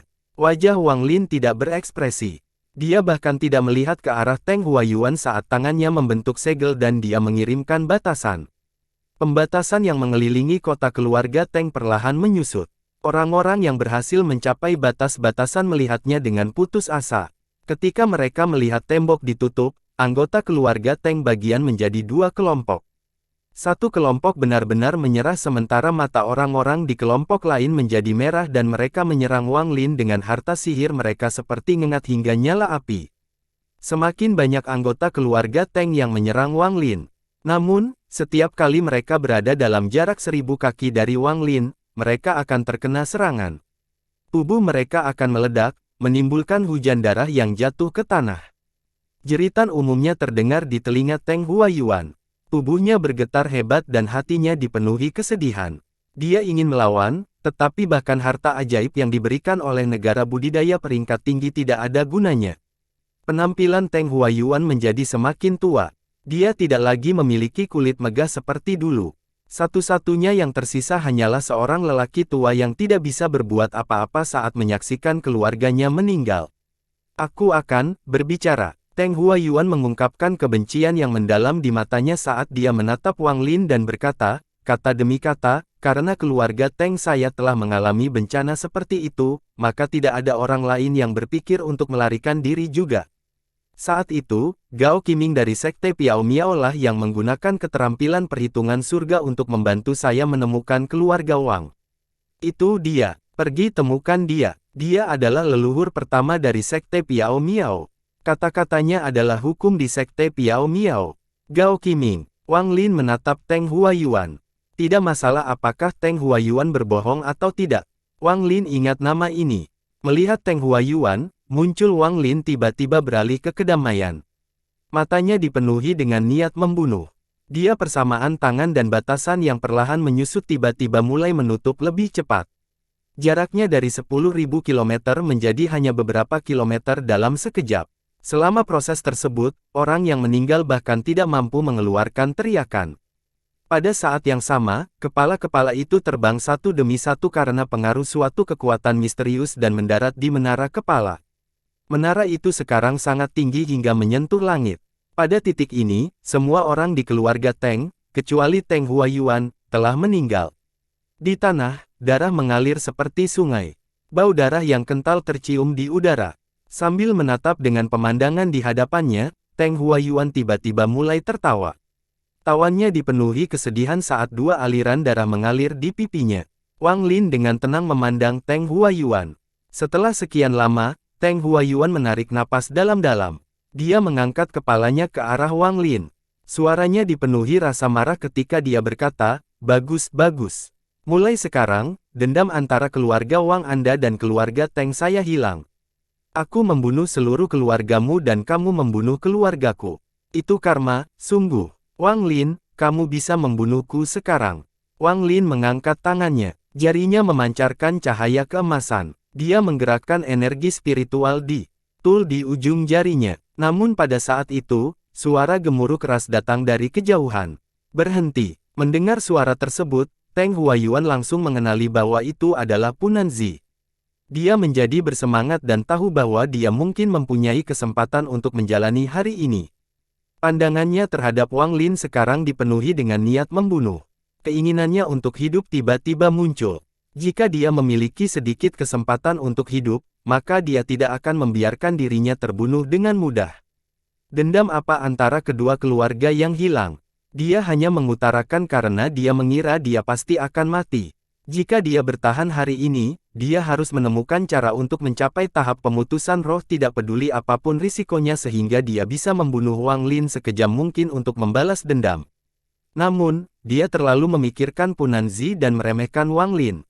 Perasaan ilahi Wang Lin sama kuatnya dengan perasaan ilahi seorang yang berkuasa pemutusan roh.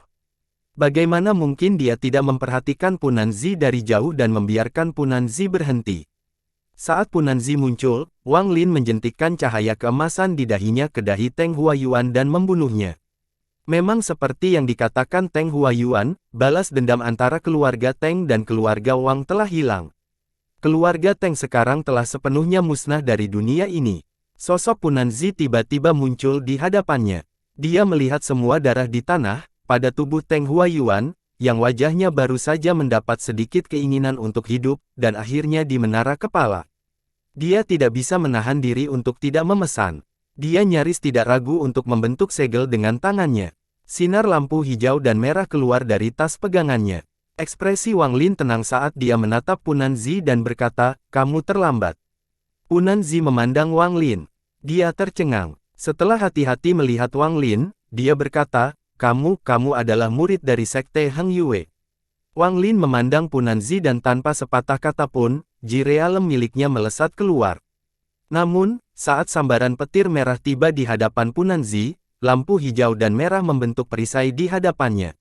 Saat ji realem mendarat, kedua lampu bersinar terang. Pada akhirnya, kedua lampu tersebut berhasil memblokir ji realem, tetapi lampunya sangat redup. Ekspresi Punanzi berubah drastis. Tanpa membuang waktu, dia menggigit ujung lidahnya dan meludahkan darah ke lampu hijau dan merah. Punanzi menunjuk ke arah Wang Lin dan berteriak, "Pergi." Tiba-tiba, lampu hijau dan merah melesat ke depan. Ruang di sekitar mereka terkoyak saat mereka bergerak. Tangan kanan Wang Lin menunjuk dan semua pembatasan pada bendera pembatasan keluar dalam bentuk naga untuk menghentikan kemajuan lampu hijau dan merah. Namun kualitas lampu hijau dan merah sangat tinggi. Pembatasan hanya mampu memperlambatnya sedikit, bukan menghentikannya. Mata Wang Lin berbinar saat ji realem miliknya muncul lagi. Sasarannya bukanlah lampu hijau dan merah. Itu adalah Punanzi. Ekspresi Punanzi berubah drastis.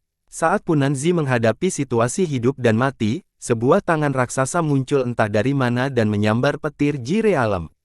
Tangan itu meremasnya dengan ringan dan sambaran petir merah itu hancur, tapi di saat yang sama, tangan raksasa itu bergetar dan mengeluarkan rangan pelan. Tak lama kemudian, seorang pria parubaya yang mengenakan pakaian mewah dengan perut agak gemuk muncul di hadapan Punanzi. Dia memandang Wang Lin dan terkejut, tetapi segera menunjukkan ekspresi ekstasi dan berkata, "Jadi itu kamu." Dengan itu, dia melambaikan tangan kanannya dan lampu hijau dan merah dengan cepat kembali dan terbang mengelilinginya. Setelah pria parubaya itu muncul, Punanzi sedikit santai. Dia membungkuk dan berkata, "Salam, Tuan." Utusan. Meski Punanzi sangat rileks, kulit kepalanya masih terasa kesemutan. Dia tidak tahu harta ajaib apa itu petir merah, tapi ketika harta itu mendekat, dia merasa seperti dia bisa mati seketika. Perasaan bahaya itu adalah sesuatu yang hanya dia rasakan dari medan pertempuran asing sebelumnya. Dia tidak ragu bahwa jika tuan utusan itu tidak muncul, dia pasti sudah menjadi mayat sekarang. Dia memandang Wang Lin. Selain rasa takut yang mendalam, ada juga rasa penyesalan. Pria parubaya itu menatap Wang Lin dan perlahan berkata, "Saya tidak percaya Anda tidak mati dan hanya dalam waktu 400 tahun mencapai tingkat kultivasi setinggi itu. Sangat bagus. Serahkan manik penentang surga dan aku akan menyelamatkan hidupmu. Aku akan membiarkanmu menjadi orang nomor 1 di Zhao." Bagaimana suaranya? Ekspresi Wang Lin tenang. Penampilan orang ini sesuai dengan perhitungannya. Dia merasakan kehadiran orang ini ketika dia berada 10.000 kilometer jauhnya. Orang ini adalah utusan dari Menara Surga, seseorang dari negara peringkat 4. Wang Lin menduga bahwa tingkat kultivasinya adalah Spirit Severing. Jika dia bukan Spirit Severing lalu bagaimana dia bisa dengan mudah menghancurkan petir Jire Alam? Orang yang mengetahui bahwa Wang Lin memiliki manik yang menentang surga juga merupakan sesuatu yang dia pertimbangkan dalam rencananya untuk membalas dendam. Jadi ketika dia berada di Zhao, dia menjaga seluruh negeri dalam kesadaran ilahinya. Dengan begitu, dengan kesadaran ilahi tingkat pemutusan rohnya, tidak ada yang bisa mengidentifikasinya. Dan tidak ada yang bisa menguncinya dengan akal ilahi mereka. Itulah sebabnya utusan ini tidak pernah keluar untuk menemukannya selama pembunuhan besar-besaran. Faktanya, pria parubaya itu merasakan sakit kepala dalam beberapa hari terakhir ini karena tidak peduli seberapa sering dia memindai Zhao dengan akal sehatnya, dia tidak dapat menemukan orang yang membunuh semua anggota keluarga Teng. Kecuali perasaan ilahi orang itu lebih kuat daripada perasaan Wang Lin, mustahil untuk merasakannya. Harus dikatakan meskipun tingkat kultivasinya tidak meningkat dalam 400 tahun terakhir, hanya pada tahap awal pemutusan roh, tidak ada seorang pun di Zhao yang bisa melampauinya. Dia tidak pernah bisa menduga bahwa meskipun tingkat kultivasi Wang Lin hanya pada tahap awal dari Nas Chen Sol, perasaan ilahi Wang Lin sama kuatnya dengan perasaan ilahi dari kultivator pemutusan roh tahap akhir. Bahkan jika utusan dari Sekte Setan Raksasa datang sendiri, dia juga tidak akan dapat menemukan Wang Lin. Hal semacam ini sangat jarang terjadi di dunia budidaya. Bagaimanapun, Wang Lin adalah satu-satunya pemangsa jiwa yang berjalan sebagai manusia. Juga, ada kilat merah yang aneh. Meskipun pria parubaya itu terlihat seperti dia dengan mudah menahan serangan itu, sebenarnya, petir merah memasuki tubuhnya dan merusak jiwanya. Kerusakannya tidak terlalu besar, tapi tetap saja membuatnya takut. Setelah melihat utusan itu muncul, mata Wang Lin berbinar dan tanpa berkata apa-apa dia mengeluarkan setetes darah. Setetes darah berwarna emas. Setetes darah berwarna emas yang memancarkan tekanan dewa kuno. Mata Wang Lin bersinar dengan niat membunuh saat dia berkata, "Aku sudah lama menunggumu." Tangannya menunjuk dengan ringan ke setetes darah emas, tiba-tiba darah mulai mendidih. Itu berubah menjadi simbol emas dan terbang ke langit. Pada saat itu, terjadilah keributan yang datang dari langit dan sinar cahaya keemasan turun. Raksasa emas muncul di bawah sinar cahaya keemasan. Ketika dia muncul, seluruh tubuh Zhao tampak bergetar. Langit dan bumi sepenuhnya tertutup oleh cahaya keemasan ini. Semua manusia, semua petani, semua pohon, dan semua hewan diselimuti cahaya keemasan ini. Meski ekspresi Wang Lin normal, energi spiritual di tubuhnya cepat habis. Saat raksasa itu muncul, Wang Lin berusaha menunjuk pada pria parubaya itu. Raksasa itu mengangguk, tatapannya menyapu ke arah yang ditunjuk Wang Lin dan dia dengan lembut penyesuaian tangan. Ekspresi pria parubaya itu tiba-tiba berubah saat dia merasakan bahaya yang kuat, menyebabkan dia meraih Punanzi, yang dengan tercengang menatap ke langit, dan menempatkannya di depan dirinya. Tubuh Punanzi berubah menjadi debu bersama dengan tangan kanan pria parubaya itu. Pria paruh sakitan, wajahnya pucat saat dia dengan cepat mundur. Pada saat yang sama, dia merogoh tasnya dengan tangan kirinya dan mengeluarkan sebuah batu giok. Tanpa ragu-ragu, dia menghancurkan batu giok itu. Cahaya putih keluar dari batu giok, mengelilinginya, dan kemudian dia menghilang dari tempatnya. Saat pria parubaya itu menghilang, raksasa itu juga menghilang. Tubuh Wang Lin bergetar. Dia segera mengeluarkan pil dari tasnya. Dia menyebarkan akal ilahi untuk mencari jejak pria parubaya itu. Setelah sekian lama, Wang Lin mengerutkan keningnya. Kehadiran pria parubaya itu telah menghilang dari Zhao. Memikirkan kembali batu giok yang menghancurkan pria parubaya itu, Wang Lin mulai menganalisis apa yang telah terjadi. Giok itu pasti berisi semacam susunan transfer yang memungkinkannya bergerak jarak jauh.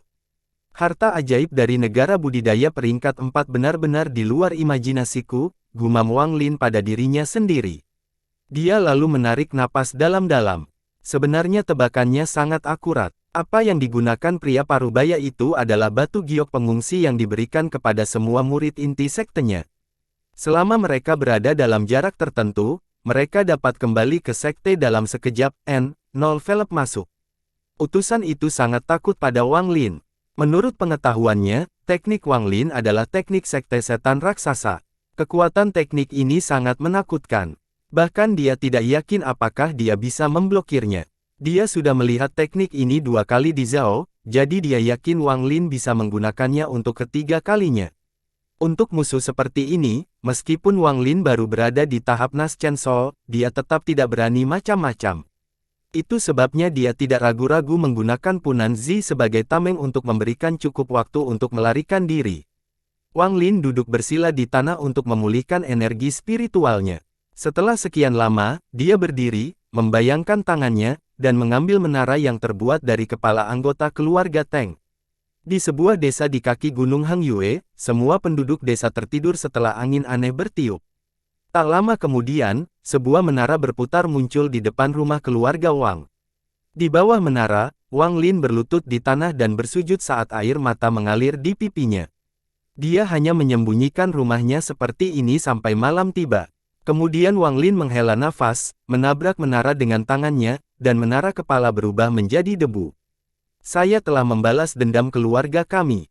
Ibu, ayah, anakmu akan menempuh perjalanan sendiri sekarang. Wang Lin diam-diam berdiri dan meninggalkan desa. Setelah dia pergi, semua penduduk desa terbangun. Setelah mereka menyadari bahwa hari sudah gelap, mereka semua berlutut, berdoa kepada makhluk abadi untuk melindungi mereka. Wang Lin terbang di udara. Binatang nyamuk itu telah disingkirkan. Dia tiba di sebuah lembah. Dia meninggal sebelumnya. Melihat ke lembah, Wang Lin menarik napas dalam-dalam lalu menatap ke langit. Dia memikirkan banyak hal ketika pemandangan dari 400 tahun yang lalu terulang kembali dalam ingatannya dan tidak mau hilang. Sekarang keluarga Teng hancur, dia tidak lagi memiliki beban apapun di pundaknya. Mentalitasnya tiba-tiba mengalami perubahan. Wang Lin memahami bahwa dia bukan lagi manusia fana dan telah berjalan di jalur yang terampil. Jalan ini berat dan penuh bahaya, namun dia harus bertekad untuk terus berjalan di jalan ini. Pengalaman 400 tahun menunjukkan kepadanya bahwa kekuasaan adalah satu-satunya cara untuk melindungi dirinya sendiri. Impiannya sebagai seorang anak untuk menjadi abadi semakin kuat pada saat itu. Dan ada juga si Tunan.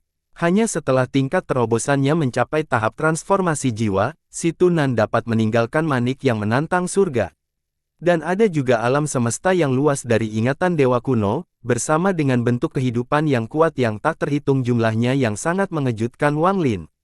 Wang Lin berdiri sambil melihat pemandangan. Matanya dipenuhi dengan cahaya yang luar biasa. Pada saat itu, mentalitas Wang Lin berubah. Dia pernah menjadi seorang anak yang ingin membalas dendam atas pembunuhan orang tuanya. Sekarang setelah balas dendamnya selesai, dia sekarang akan mencapai puncak janji dan menjadi abadi sejati. Wang Lin menarik napas dalam-dalam. Tubuhnya bergerak dan dia melompat dari tebing. Dia tiba di tempat dia meninggal sebelumnya dan tiba-tiba menghilang dari sana. Bangjo Piao Miao, Gao Qiming duduk di dalam kamarnya sendiri dengan cermin perunggu di depannya. Ekspresinya sangat jelek. 200 tahun yang lalu, dia meramalkan bahwa dia akan mengalami bencana besar. Namun, bencana itu sangat tidak pasti, sehingga dia tidak bisa mendapatkan detail pastinya hanya dengan tingkat penurunannya. Seiring berjalannya waktu, rasa malapetaka yang akan datang menjadi semakin kuat. Ketika anggota keluarga Teng mulai meninggal, dia tiba-tiba bisa menghitung sisa umurnya.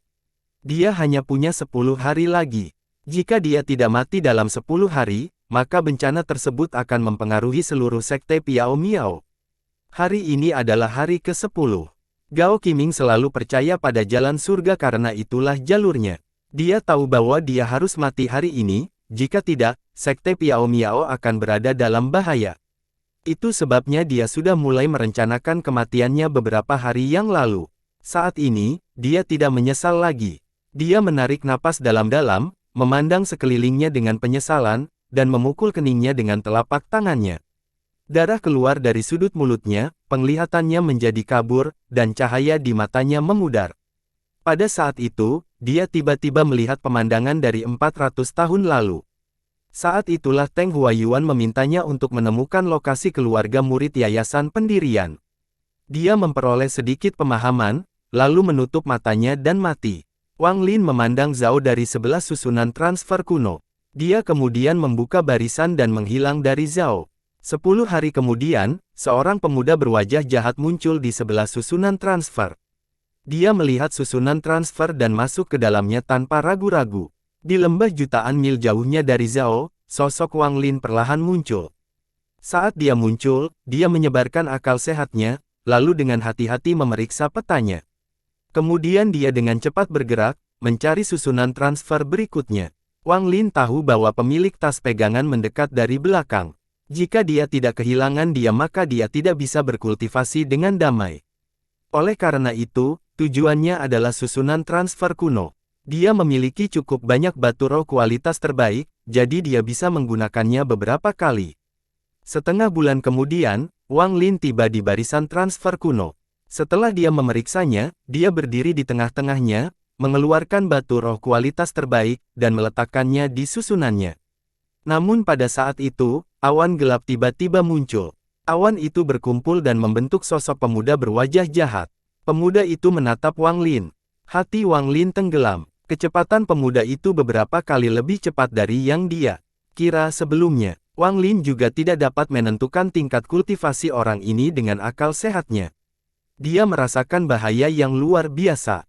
Jika seseorang hanya mengandalkan batu roh kualitas terbaik untuk memulai susunannya, maka diperlukan 10 napas waktu untuk memindahkannya. Namun, dalam krisis ini, Wang Lin dengan putus asa menuangkan energi spiritualnya ke dalam susunan transfer untuk mempercepat aktivasi. Pada akhirnya, pada saat yang sama pemuda berwajah jahat itu tiba, lingkaran cahaya melayang dari susunan transfer dan tubuh Wang Lin menghilang. Pemuda berwajah jahat itu mengaum. Tangannya membentuk segel. Saat Wang Lin menghilang, dia menyerbu ke dalam lingkaran cahaya. Setelah menggunakan teknik yang tidak diketahui, dia menyebabkan susunan transfer aktif kembali dan menghilang di antara lingkaran cahaya. Wang Lin merasakan bahaya yang ekstrim selama proses transfer. Dia dapat dengan jelas merasakan perasaan ilahi yang kuat di luar imajinasinya menyapu ke arahnya seperti tornado. Wang Lin merasa ketakutan di dalam hatinya. Saat kesadaran ilahi menyapu ke arahnya, jirea sambaran petir merah tebal yang belum pernah terlihat sebelumnya yang menyerang pemuda tersebut. Dampak dari jirea lem membuat akal ilahi berhenti sejenak. Pada saat itu, sebuah cahaya muncul di ujung sana dan Wang Lin dengan cepat menyerbu ke arahnya. Setelah dia keluar, dia dengan keras batuk beberapa suap darah. Jiwa yang baru lahir yang dibentuk oleh avatarnya menyusut dan sepertinya siap runtuh kapan saja. Tapi Wang Lin tidak berhenti saat dia bergerak cepat. Dia menghilang dan muncul kembali 100 meter jauhnya. Namun, dia tidak terus berlari, melainkan mengeluarkan benang merah dari tas pegangannya. Wang Lin tahu bahwa sekeras apapun dia mencoba melarikan diri, dia tidak akan bisa lepas dari kecepatan orang itu. Juga, Nas Chen Sol miliknya telah menerima terlalu banyak kerusakan. Jika dia terus berlari, orang itu tidak perlu bertindak. Dia akan mati karena jiwanya yang baru lahir runtuh. Ini adalah senjata paling ampuh yang dia miliki saat ini. Saat dia mengeluarkan petir pembalasan ilahi, dia juga mengeluarkan sebotol pil dan memasukkannya ke dalam mulutnya. Pemuda yang tampak jahat muncul 10 kaki dari Wang Lin. Saat dia menatap benang di tangan Wang Lin, ekspresinya menjadi gelisah. Pemuda memandang jahat itu memandang Wang Lin dan perlahan berkata, "Pembalasan surgawi. Saya tidak percaya bahwa limbah dari planet seperti ini bisa memiliki harta ajaib seperti itu." Wang Lin menatap orang itu. Hanya setelah orang itu melihat janji ilahi dan menunjukkan ekspresi ketakutan barulah dia sedikit rileks. Jika pemuda itu acuh tak acuh terhadap janji ilahi, maka satu-satunya hal yang bisa dia lakukan adalah bersembunyi di dalam surga yang menghalangi ruang manik, dan itu bukanlah ide yang bagus. Pemuda yang memandang jahat itu juga merasa sangat kecewa. Dia tidak pernah berpikir bahwa dia akan menghadapi kekuatan ilahi di sini. Jika dia memiliki kekuatan penuh, itu bukan masalah besar. Dia akan yakin bahwa dia bisa menghancurkan sebagian dari janji ilahi ini. Tapi saat ini dia baru memulihkan 30% kekuatannya. Dia hanyalah seorang yang menguasai tingkat transformasi jiwa tahap awal. Akibatnya, meski dia bisa bertahan melawan perintah ilahi, dia pasti akan terluka. Jika budidayanya berada di bawah transformasi jiwa, dia tidak akan bisa pergi dan harus mencari tempat lain untuk menyembuhkannya lagi. Semua kekhawatiran ini karena tingkat kerusakan minimum yang diperlukan untuk menggunakan Stardust adalah transformasi jiwa. Namun, ini bukanlah alasan utama. Alasan utamanya adalah di dalam susunan transfer, dia merasakan kekuatan yang membuat kulitnya merinding. Ini adalah kekuatan yang sangat dia kenal. Pemuda yang memandangnya jahat itu, dia tidak lagi melihat janji ilahi dan melihat ke arah Wang Lin. Junior, serahkan tas pegangannya dan aku akan membiarkan masalah ini berlalu, katanya. Apakah ini yang diinginkan senior? Menatap Wang Lin dengan serius saat dia menatap orang itu dan mengeluarkan tas pegangannya. Tatapan pemuda memandang jahat itu dengan cepat beralih ke tas dan dia berkata, itu benar. Lemparkan ke sini. Wang Lin sedikit ragu. Pemuda itu terlalu cepat. Bahkan jika dia meminta untuk pergi jauh atau menunggu sampai dia sendiri berada jauh, itu semua tidak ada gunanya. Jika orang ini benar-benar ingin membunuh, itu akan sangat mudah. Setelah memikirkannya sebentar, Wang Lin dengan tegas membuang tas pegangannya. Pemuda memandang jahat itu menangkap tas yang dipegangnya. Setelah mengiklankannya dengan akal ilahi, ekspresi melembut. Dia memandang Wang Lin. Wajahnya tidak menunjukkan ekspresi, tidak ada kemarahan atau kebahagiaan. Wang Lin menatap pemuda itu. Dia meletakkan petir ilahi di hadapannya dan berkata, "Senior, Junior sudah mengembalikan tas pegangannya, jadi aku akan pergi." Dengan itu, dia dengan hati-hati membuat cadangan. Pemuda memandang jahat itu memandang Wang Lin. Matanya tiba-tiba mulai bersinar. Dua sinar cahaya warna-warni tiba-tiba keluar dari pandangan ke arah Wang Lin dengan kecepatan yang tak terbayangkan. Wang Lin tetap berhati-hati selama ini, jadi ketika dia melihat pemuda itu bertindak, jire alamnya melesat tanpa ragu-ragu dan ditembak dengan cahaya warna-warni. Tak lama setelah itu, Wang Lin batuk seteguk darah saat petir merah yang dibentuk oleh jire alam runtuh di bawah cahaya warna-warni. Saat Wang Lin mundur, dia mengeluarkan bendera larangan. Pembatasan terakhir muncul di tangan dan hendak mendarat di bendera angkatan laut. Ekspresi pemuda yang memandang jahat itu berubah drastis dan dia berteriak, "Berhenti. Teman kecil, jangan gegabah." Dengan itu, dia mundur dan menatap bendera ketakutan dengan ketakutan. Dia tersenyum pahit. Sepotong janji ilahi hanya akan menurunkan tingkat kerusakannya, bukan membunuhnya. Paling-paling, itu akan memaksanya untuk melakukan budidaya pintu tertutup selama beberapa ribu tahun. Tapi setelah dia melihat bendera berlangganan, dia mengerti mengapa junior ini mendapat sedikit janji ilahi. Meskipun dia tidak tahu apa bendera yang menghalanginya, dia langsung tahu bahwa itu adalah harta ajaib yang bisa menimbulkan pelepasan ilahi. Dia sendiri memiliki beberapa senjata itu, jadi dia tahu kekuatannya. Jika dia membiarkan dia melanjutkan maka dia tidak akan keluar dari masalah itu dengan sesuatu yang sederhana seperti memerlukan lebih banyak waktu untuk memulihkannya. Dia mungkin selamanya kehilangan kesempatan untuk memulihkan budidayanya. Wang Lin masih memiliki sedikit darah di sudut mulutnya saat dia melihat pemuda yang tampak jahat itu. Saat ini, hanya dengan satu pemikiran, serangan terakhir akan mendarat di bendera bersenjata. Jika dia menyerahkan benderanya dan kemudian menggunakan sebagian retribusi ilahi sebagai panduan, dia yakin bahwa dia dapat mengirimkan sebagian dari kekuatan retribusi ilahi kepada pemuda berpenampilan jahat itu. Wang Lin menatap pemuda itu dan berkata, "Saya telah mengembalikan tas pegangannya dan tidak menyentuhnya sama sekali." Mengapa senior menarik kembali kata-katanya? Pemuda yang memandang jahat itu berpikir lalu bertanya, "Apakah petir merah yang baru saja kamu gunakan jire alam?" Nada suaranya tidak yakin. Ekspresi Wang Lin tetap normal, tapi hatinya kacau saat dia diam-diam menatap pemuda itu. Pemuda berwajah jahat itu menatap Wang Lin dan berkata, "Saya seharusnya benar. Apa yang kamu gunakan tadi adalah jire alam." Saat ini, perasaan pemuda itu sangat rumit. Wang Lin memberikan kejutan demi kejutan. Di planet yang hampir terbuang ini, anak ini tidak hanya memiliki sebagian retribusi ilahi dan harta ajaib yang disebut sebagai retribusi ilahi, namun ia juga memiliki alam Ji. Ji Realem inilah yang menyebabkan niat pembunuhan hilang sepenuhnya. Pemuda memandang jahat itu menarik napas dalam-dalam dan menunjukkan ekspresi aneh. Ekspresi Wang Lin tetap tenang.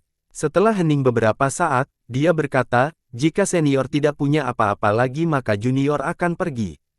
Dengan itu, dia dengan hati-hati membuat cadangan. Jika pemuda itu bergerak, dia akan mengaktifkan ilahi tanpa ragu-ragu. Pemuda yang memandang jahat itu ragu-ragu sejenak dan bertanya, apakah kamu tidak ingin Ji Realemmu menerobos kemacetan? Tubuh Wang Lin berhenti bergerak dan dia menatap pemuda itu. Pemuda memandang jahat itu ragu-ragu sekali lagi. Dia menghela nafas dan berkata, lupakan. Nak, sebaiknya kamu mendengarkan. Ji Realem adalah kekuatan yang sangat ekstrim. Menembus kemacetan memang sangat sulit, namun bukan tidak mungkin.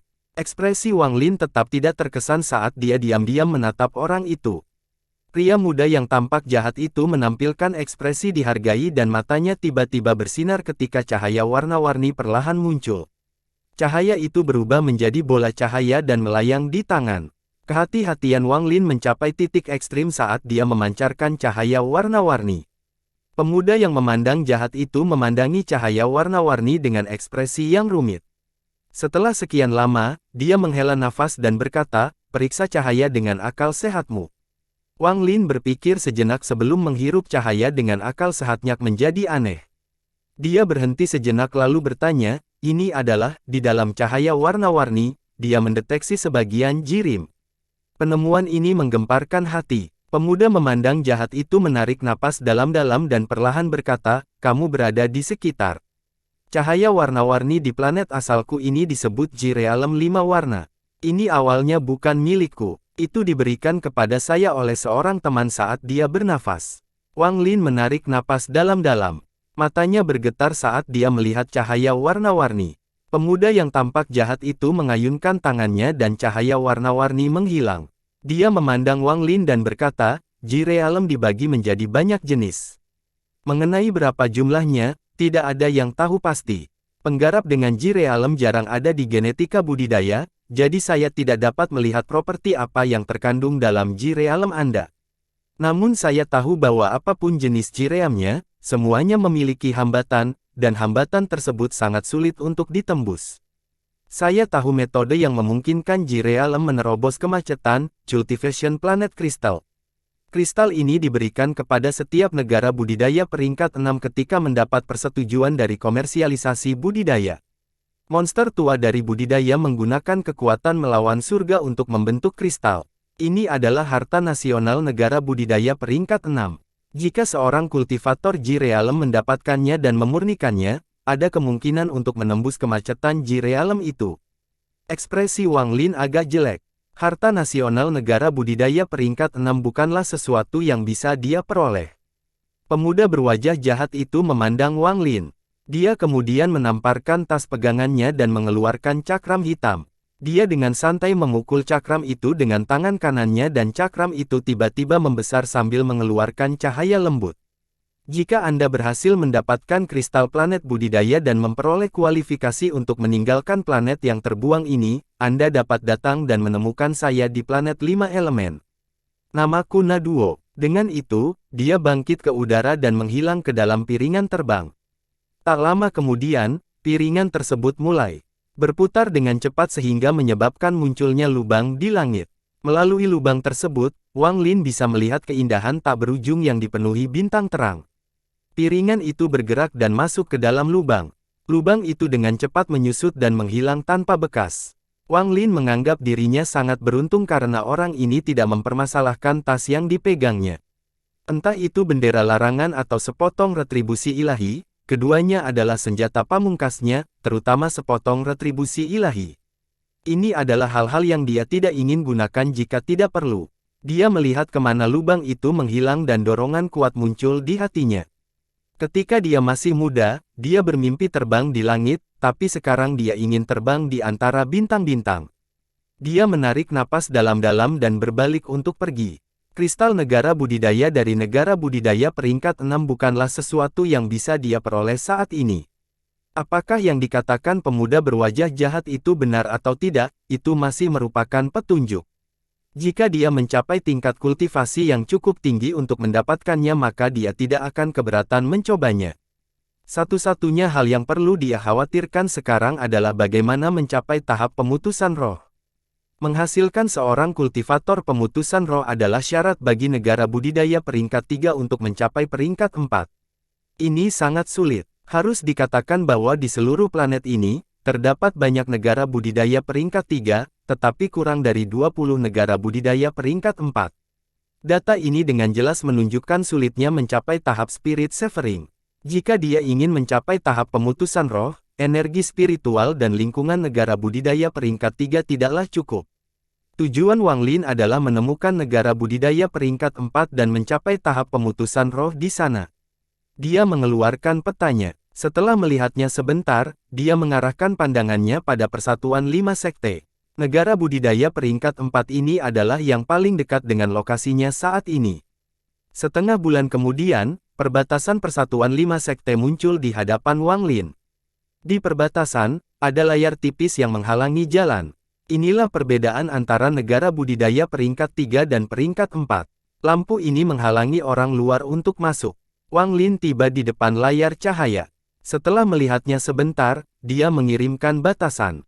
Pembatasan itu mendarat di layar terang dan sebuah celah muncul. Tanpa mengucapkan sepatah kata pun, Wang Lin masuk ke dalam. Setelah Wang Lin memasuki negara peringkat 4, dia tidak lagi terbang, tetapi berjalan seperti manusia. Dia melihat sekeliling tempat asing ini dan menandatangani. Tidak ada metode pemecahan yang dapat membantu seseorang menerobos dari tahap Nascent Soul ke tahap Spirit Severing. Bahkan pil pun tidak ada gunanya kecuali seseorang dapat menemukan pil peringkat 6 atau lebih tinggi. Untuk mencapai tahap pemutusan roh, seseorang harus mempelajari surga dan mendapatkan dao mereka sendiri. Hanya itu caranya. Wang Lin tidak bergabung dengan sekte manapun begitu dia memasuki negara peringkat 4 karena dia tahu tentang ini. Lagi pula, bergabung dengan sebuah sekte tidak akan banyak membantu dalam mencapai tahap pemutusan roh. Jika dia ingin bergabung dengan suatu sekte dan menjadi anggota intinya, itu akan memakan banyak waktu. Waktu yang tidak ingin disia-siakannya. Dari pengalamannya selama 400 tahun dalam memeluk dan pengalamannya dengan para pendukung pemutusan roh lainnya, dia memahami bahwa pemahaman tentang surga sangat penting untuk mencapai tahap pemutusan roh. Wang Lin telah menempuh jalur darah untuk waktu yang lama dan semua pembunuhan itu tidak ada batasnya dengan pemahaman surga. Dia merasa jika dia terus mendaki jalan ini, dia tidak akan pernah bisa mencapai tahap pemutusan roh. Faktanya, tingkat hipotesis Wang Lin sebenarnya bukanlah Nascent Soul. Qi realem tubuh utamanya mencegah tubuh utamanya mencapai tahap Nascent Soul, jadi hanya avatarnya yang mencapai tahap Nascent Soul. Berjalan di jalan, tubuh Wang Lin menetap angsur berubah saat tubuh utamanya masuk ke dalam dan tertidur lelap saat avatarnya keluar. Wang Lin telah memahami tentang Qi realemnya, jadi dia tidak akan setuju untuk mencoba menerobos kemacetan Qi realemnya. Dia juga tidak lagi terlalu bergantung pada Qi realem. Mulai sekarang, itu hanya akan menjadi harta ajaibnya. Harta sihirnya saat ini terlalu lemah untuk merusak para penggarap pemutusan roh. Agar harta ajaib ini dapat meningkatkan kekuatannya, dia akan membutuhkan beberapa harta surgawi yang sangat langka, seperti kristal planet budidaya negara budidaya peringkat 6.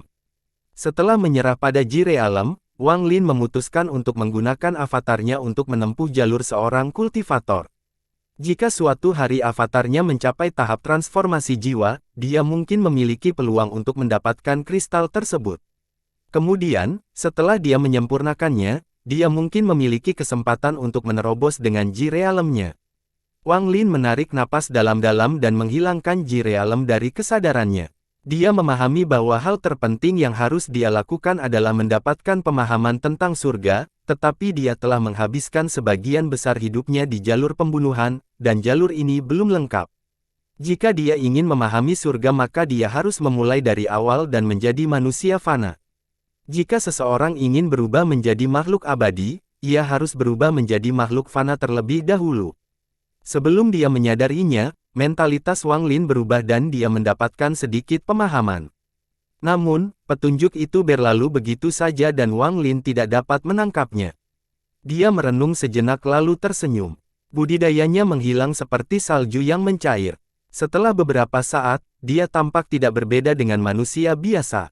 Mata Wang Lin menunjukkan cahaya aneh saat dia mengambil daun willow. Dia memasukkannya ke dalam mulutnya untuk menikmati rasa hijau saat dia jalan. Negara budidaya peringkat 4 ini sangat besar, beberapa kali lebih besar dari Zhao. Ada banyak pembudidaya dan jumlah manusia juga mencapai jumlah yang luar biasa. Saat Wang Lin sedang berjalan, dia melihat orang-orang lewat. Mereka semua membawa semacam barang bawaan, tidak seperti dia, jadi dia menarik banyak perhatian. Wang Lin merenung sebentar. Dia pergi ke pinggir jalan dan mengumpulkan beberapa ranting tipis dan membuat keranjang untuk dirinya sendiri. Dia kemudian mengumpulkan berbagai daun dan tumbuhan untuk mengisi keranjang. Wang Lin baru berjalan di jalan selama beberapa jam dan telah melihat banyak seniman bela diri dari dunia fana lewat dengan menunggang kuda. Tak satu pun dari mereka memedulikan Wang Lin.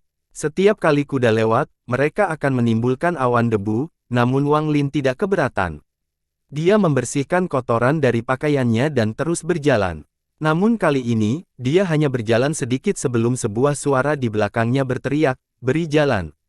Di saat yang sama, angin kencang datang dari belakangnya. Wang Lin dengan cepat menghindar ke samping dan melihat seekor kuda hitam hampir menyentuh tubuhnya saat lewat. Tak lama kemudian, beberapa kuda lagi lewat. Salah satu dari mereka hendak menabrak Wang Lin ketika pengendara itu tiba-tiba menarik kendali dengan kuat. Kuda itu mengeluarkan suara keras. Kaki depannya terangkat dan dipindahkan ke samping. Baru setelah mengambil beberapa langkah ke depan barulah kuda itu berhenti. Pria yang menunggang kuda itu menatap Wang Lin. Dia mengambil cambuknya dan mengayunkannya ke arah kepala Wang Lin sambil berteriak, "Dari mana datangnya orang buta ini? Apakah kamu tidak punya mata?" Wang Lin mengerutkan kening. Namun, saat cambuk datang, seorang pria parubaya datang dari samping, meraih cambuk, dan berteriak, "Zhang San, apa yang kamu lakukan?" Pria itu mendengus. Dia menyingkirkan cambuknya, menatap Wang Lin dengan tatapan kejam, dan pergi. Pria parubaya itu tidak melihat pria itu ketika dia berbalik ke arah Wang Lin dan berkata, "Maaf, adikku, karena membuatmu takut. Saya masih memiliki masalah penting yang harus diselesaikan, jadi mohon maafkan saya." Wang Lin menggelengkan kepalanya dan berkata, "Tidak masalah." Dengan itu, dia membersihkan kotoran dari pakaiannya. Pria parubaya itu mengungkapkan ekspresi terkejut. Dari sudut pandangnya, Wang Lin hanyalah orang biasa yang tidak memiliki tanda-tanda menjadi seorang seniman bela diri, namun keberanian Wang Lin jauh di atas orang biasa. Pria parubaya itu dengan hati-hati memandang Wang Lin. Dia tersenyum dan berkata, "Saya Lu Xing. Jalan ini hanya menuju ke ibu kota. Aku ingin tahu untuk apa adik laki-laki itu menuju ibu kota." Dengan itu, dia melihat keranjang di punggung Wang Lin dan bertanya dengan ekspresi aneh, "Apakah adik laki-laki seorang dokter keliling?" Wang Lin tidak membuat alasan apapun dan mengangguk. Pria parubaya itu tersenyum. Dia menggenggam tangannya dan melompat ke atas kudanya.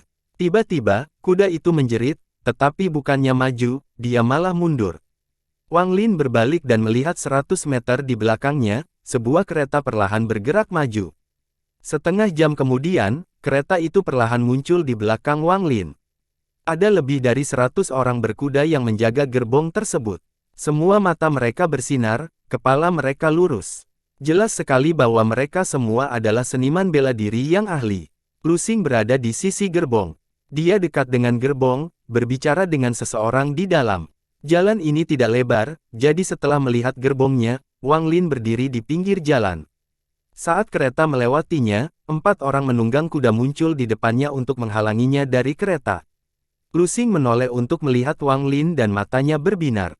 Dia memindahkan kudanya ke samping Wang Lin, lalu menggenggam tangannya dan berkata, "Adik, apakah kamu punya obat untuk kondisi angin jahat?" Wang Lin tahu bahwa pihak lain mengira dia adalah seorang dokter. Dengan emosinya, dia biasanya tidak akan mempermasalahkan hal ini, tapi tiba-tiba dia memiliki wawasan. Untuk mencapai tahap pemutusan roh, dia harus mampu memahami surga. Mungkin ini adalah kesempatan untuk memasuki dunia fana. Memikirkan hal itu, Wang Lin bertanya, apakah ada yang sakit? Pria parubaya itu ragu-ragu sejenak dan berkata, seorang gadis pelayan sedang sakit dan kami masih jauh dari kota. Para dokter di sekitar sini mencoba memberinya obat, tetapi tidak ada yang berhasil. Wang Lin melirik kereta itu dan berkata, biarkan saya menemui pasiennya. Lu Xing tersenyum masam dan berkata, adik, apakah kamu punya obat yang bisa membantu? Jika Anda tidak punya, maka tidak perlu menemui pasien. Tepat pada saat itu, sebuah suara tua terdengar dari kereta. Dikatakan, Lu Xing, orang ini telah sering bepergian, jadi dia mungkin bisa menyembuhkannya. Lu Xing dengan cepat menjawab. Dia melompat turun dari kudanya dan berkata, aku harus merepotkanmu, adikku. Wang Lin mengikuti Lu Xing ke kereta dan hendak naik ketika lelaki tua di dalam terbatuk. Lu Xing segera menghentikan Wang Lin dan berkata, adik, lihat saja dari sini. Tidak perlu masuk ke dalam. Wang Lin mengerutkan kening. Berkat akal sehatnya, dia sudah tahu bahwa ada 3 orang di dalam gerbong. Selain lelaki tua itu, ada 2 wanita cantik. Jelas sekali bahwa mereka adalah tuan dan pelayannya. Yang sakit bukanlah pelayannya, melainkan tuannya. Dengan akal sehatnya, Wang Lin dapat dengan jelas melihat bahwa wanita itu tidak sakit karena angin jahat memasuki tubuhnya, tetapi karena gas hijau di dalam tubuhnya. Dia jelas telah diracuni. Wang Lin berkata, ulurkan tangan kami. Wanita di dalam gerbong itu ragu-ragu sejenak sebelum mengulurkan tangannya. Wang Lin memegang tangannya sebentar sebelum melepaskannya dan meraih keranjangnya. Dia mengambil sehelai daun dan mengalirkan energi spiritualnya ke daun itu sekali. Dia menyerahkan daun itu kepada Lu Xing dan berkata, suruh dia memakannya mentah-mentah dan dia akan sembuh besok. Lu Xing melihat daun di tangannya dengan ekspresi aneh. Tidak peduli bagaimana dia melihatnya, itu hanyalah daun pohon willow. Lu Xing tersenyum pahit ketika dia berpikir bahwa dia salah tentang pemuda ini. Yang jelas pemuda ini bukanlah seorang dokter, melainkan orang gila. Kalau tidak, siapa yang akan menggunakan daun willow sebagai obat? Jika daun ini benar-benar obat maka siapapun bisa mengambilnya dari pinggir jalan. Dia hendak membuang daun itu ketika tirai kereta tiba-tiba terangkat. Seorang lelaki tua yang penuh kerutan keluar dan mengambil daun itu. Setelah melihatnya dalam waktu lama, ekspresinya berubah saat dia berkata, daun willow berumur 100 tahun. Dia menarik napas dalam-dalam. Matanya dipenuhi rasa tidak percaya saat dia menatap Wang Lin dan dengan hormat bertanya, apakah ada trik untuk menggunakan daun ini? Wang Lin tersenyum tipis dan berkata, memakannya mentah-mentah tidak apa-apa. Orang tua itu dengan cepat mengangguk. Dia membuat ekspresi ke arah Lu Xing dan kembali ke kereta. Lu Xing memandang Wang Lin dengan ekspresi aneh. Dia tidak bisa menahan senyum kecut dan berkata, adik, karena kamu juga akan pergi ke ibu kota, bagaimana kalau kamu bepergian bersama kami? Wang Lin tersenyum dan berkata, saya butuh seekor kuda. Setelah Lu Xing mendengar ini, dia segera berkata, Sun Laur, serahkan kudamu. Seorang pemuda berusia 20 tahun atau lebih tersenyum pahit. Dia turun dari kudanya dan membawanya. Setelah menggumamkan beberapa patah kata, dia berbalik dan pergi. Wang Lin memeriksa kudanya. Ia tampak sangat heroik dan matanya dipenuhi kecerdasan. Ketika Wang Lin menggosok kudanya, matanya berbinar saat mengeluarkan ekspresi yang sangat nyaman. Ini mengagetkan Lu Xing. Ini pertama kalinya dia melihat seekor kuda menunjukkan ekspresi seperti ini. Tangan kiri Wang Lin menekan kuda itu dan dia dengan mudah melompat ke belakang. Lu Xing dengan cepat mengikuti di belakang saat dia membungkuk dengan Wang Lin dan terus melihat kembali ke kereta. Wang Lin semua manusia yang mengelilinginya saat dia berkendara. Perasaan yang sudah lama tidak dia rasakan muncul di hatinya. Pada saat itu, energi spiritual di dalam tubuhnya mulai bergerak dengan sendirinya dan seluruh energi spiritual di sekitarnya seakan tertarik padanya. Jika ada pembudidaya kuat di sekitar, mereka akan terkejut karena ada lapisan tebal aura kabut merah di sekitar Wang Lin. Aura ini sangat kuat, namun, itu tidak bocor keluar, tapi mengembun di sekitar Wang Lin. Belum lagi manusia, bahkan sebagian besar yang keberatan tidak akan bisa melihat aura kabut merah ini. Ini adalah aura pembunuh yang diperoleh Wang Lin dari 400 tahun pembunuhannya. Setelah menjadi bagian dari dirinya untuk waktu yang lama, lambat laun berubah menjadi aura permusuhan. Akhirnya, saat dia membunuh lebih banyak lagi dan mengalami perubahan, itu menjadi aura jahat yang akan membuat kulit siapapun yang keberatan merinding. Jika aura jahat ini dapat digunakan secara bebas, maka dapat digunakan seperti teknik yang ampuh. Selain itu, jika sedikit digunakan saat menerjemahkan harta ajaib, itu akan membuat harta karun itu jauh lebih kuat. Angin musim semi menyampaikan melewati Wang Lin dan tanpa sadar dia menarik napas dalam-dalam. Tampak memancarkan cahaya yang tidak terlalu mencolok. Dia dapat dengan jelas merasakan energi spiritualnya sedang mengalami perubahan. Meskipun perubahan ini sangat kecil, namun mengandung kekuatan yang sangat misterius. Aura jahat di sekitar Wang Lin sedikit mengendur. Sepotongnya memasuki tubuhnya dan menyatu dengan energi spiritualnya. Secara bertahap, saat kereta perlahan bergerak maju, semakin banyak energi spiritual berkumpul di sekitar Wang Lin. Di bawah energi spiritual yang padat, semua kuda tiba-tiba menjadi sangat hidup. Bahkan mata para seniman bela diri fana itu berbinar. Mereka tidak tahu kenapa, tapi ada sesuatu yang membuat tubuh mereka terasa hangat dan nyaman. Setelah sekian lama, energi spiritual di tubuh Wang Lin menjadi tenang dan energi spiritual di sekitar area tersebut menghilang. Kepala para seniman bela diri tiba-tiba menjadi jelas ketika mereka berbicara satu sama lain tentang apa yang baru saja alami mereka. Saat kelompok itu terus bergerak maju, malam akhirnya tiba. Lingkaran gerbong terbentuk di pinggir jalan. Beberapa gadis pelayan turun dari gerbong dan mulai menyiapkan makan malam. Beberapa dari mereka melirik Wang Lin dan berbicara di antara mereka sendiri. Tidak sulit untuk memahami mengapa semua pelayan wanita memandang Wang Lin. Saat ini, ia memiliki pesona yang tak terkatakan. Meski berpenampilan normal, dia memiliki aura yang sangat istimewa pada dirinya. Wang Lin duduk bersandar di pohon besar sambil menatap langit yang perlahan mulai gelap. Dia merasakan ketenangan pikiran yang belum pernah dia alami selama 400 tahun terakhir. Ini berasal dari warisan ingatan dewa kuno. Dulu ketika Tusi tidak bisa melakukan perjalanan di antara bintang-bintang, dia sering melihat ke langit seperti ini. Ketenangan pikiran ini menyebabkan energi spiritual di tubuh Wang Lin muncul kembali, namun Wang Lin saat ini tidak memperhatikan energi spiritual tersebut dan, untuk pertama kalinya, dia memperhatikan aura kabut merah di sekitarnya. Zat merah itu perlahan menghilang dengan pikiran yang tenang. Dia tahu jika dia terus melakukan ini maka zat merah itu akan hilang setelah beberapa tahun. Wang Lin telah memperhatikan zat merah ini sebelumnya, tapi ini adalah pertama kalinya dia melihatnya. Dia tahu ini disebabkan oleh pembunuhannya selama 400 tahun. Meskipun dia tahu bahwa membiarkan zat merah ini menghilang akan membantu memasuki tahap pemutusan roh, dia masih merasa itu sedikit sia-sia. Wang Lin berpikir sejenak. Setelah diasinkan, dia mulai membuat zat merah di sekitarnya mendidih dan perlahan mengembun. Namun, setelah menyusutkannya menjadi 1/10 dari ukuran aslinya, Wang Lin tidak bisa lagi memadatkannya lebih jauh, tidak peduli seberapa keras usahanya. Wang Lin menarik napas dalam-dalam. Saat dia ingin mencoba lagi, dia mengangkat kepalanya dan melihat ke arah para pelayan wanita. Dia melihat seorang gadis pelayan mengenakan pakaian merah berjalan ke arahnya dengan daging asap dan anggur. Gelombang aroma mengalir ke arah Wang Lin saat gadis itu mendekat.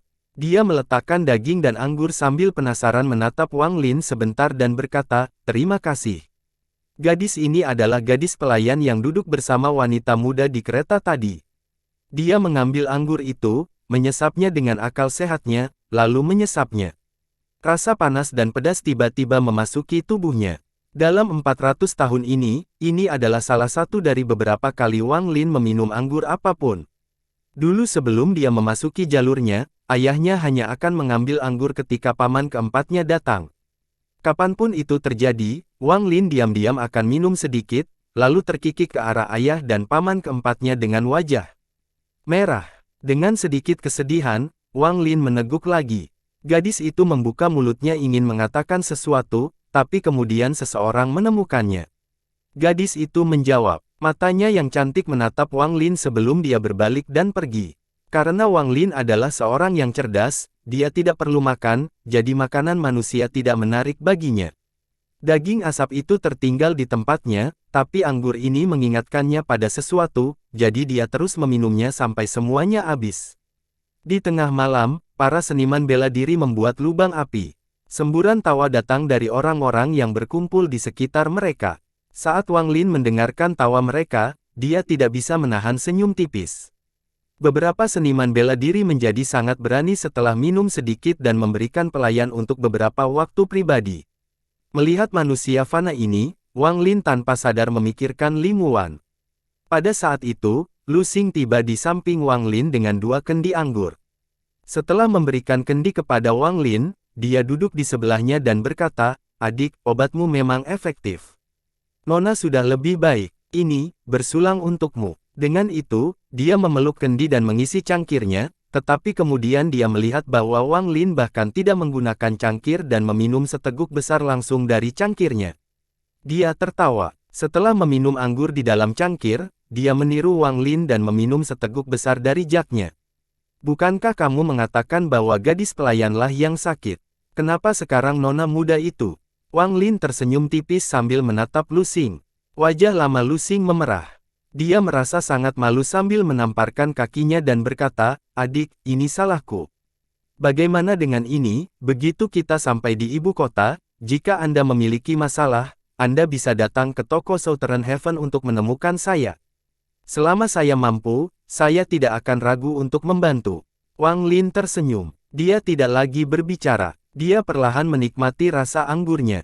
Lu Xing melihat kendi kosong di tanah, lalu melihat kendi yang hampir kosong di tangan Wang Lin. Dia tersenyum dan berkata, "Adik laki-laki memiliki toleransi yang sangat baik terhadap anggur. Sepi di sini. Bagaimana kalau kita pergi ke api unggun dan bersaing dengan saudara-saudaraku?" Wang Lin secara refleks ingin menolak, tapi, setelah memikirkannya sebentar, dia mengangguk. Wang Lin mengikuti Lu Xing ke api. Ada banyak seniman bela diri di sana. Mereka semua tertawa sambil membicarakan kejadian menyenangkan yang alami. Lu Xing naik dan menendang orang yang sedang berbicara dan sambil bercanda memarahi, "Wang Laowu, aku sudah sering mendengar kamu berbicara tentang buah persik kecil King Fen Lao. Saya kira dia melayani Anda dengan baik. Saat kita kembali, saya akan memeriksa apakah kamu hanya sesumbar."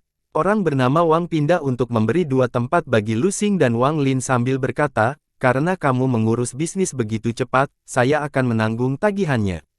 Aku masih punya waktu untuk mengejarmu." Saat dikatakan, semua orang di sekitar mulai tertawa dan Lu Xing dengan bercanda memarahi sedikit sebelum duduk bersama Wang Lin. Wang Lin dengan santai memandangi manusia di sekitarnya. Dia merasa sangat menyesal. Meskipun hidup dan hanya satu hembusan nafas darinya sudah cukup untuk membunuh mereka berkali-kali, kebahagiaan mereka adalah sesuatu yang tidak dia miliki. Malam ini, Wang Lin minum banyak anggur. Meskipun dia tidak banyak berbicara, orang lain di sekitarnya mengenalnya dan tertawa serta minum bersamanya. Belakangan, beberapa gadis pelayan yang mengatur dan mengatur waktu juga bergabung dengan mereka, termasuk gadis pelayan yang memberi makanan. Namun, dia hanya duduk di sebelah Wang Lin, menatapnya yang berkilau sering kali memanggilnya, tapi tidak ada yang tahu apa yang dia pikirkan. Baru pada tengah malam semua orang tertidur karena mabuk dan semua gadis pelayan kembali tidur di gerbong. Selain beberapa orang yang terjadi di perkemahan, semua orang tertidur. Perkemahan benar-benar sunyi, hanya terdengar beberapa suara letupan api. Suara ini tidak hanya tidak mengganggu tidur siapapun, tetapi juga membantu mereka tidur lebih nyenyak. Wang Lin berdiri dan berjalan ke pohon besar sebelum duduk. Duduk sambil bersandar di pohon, ia merasakan gelombang ketenangan. Sebelumnya, hanya untuk sementara, dia lupa bahwa dia adalah seorang yang berpikiran dan berpikir bahwa dia adalah manusia biasa seperti orang lain. Dia menutup matanya dan memeriksa tubuhnya. Yang mengejutkan, tingkat terobosannya telah menembus tahap awal Nas Chen Sol ke tahap pertengahan. Meski dia sudah berada di puncak tahap awal dan bisa menerobos kapan saja, dia tidak menyangka akan secepat ini. Namun, zat merah di sekitar tubuhnya telah sedikit hilang. Dia merasa jika dia membiarkan zat merah ini menghilang, dia akan menyesalinya di kemudian hari. Indra ilahinya memasuki zat merah sekali lagi untuk memadatkannya. Bersambung.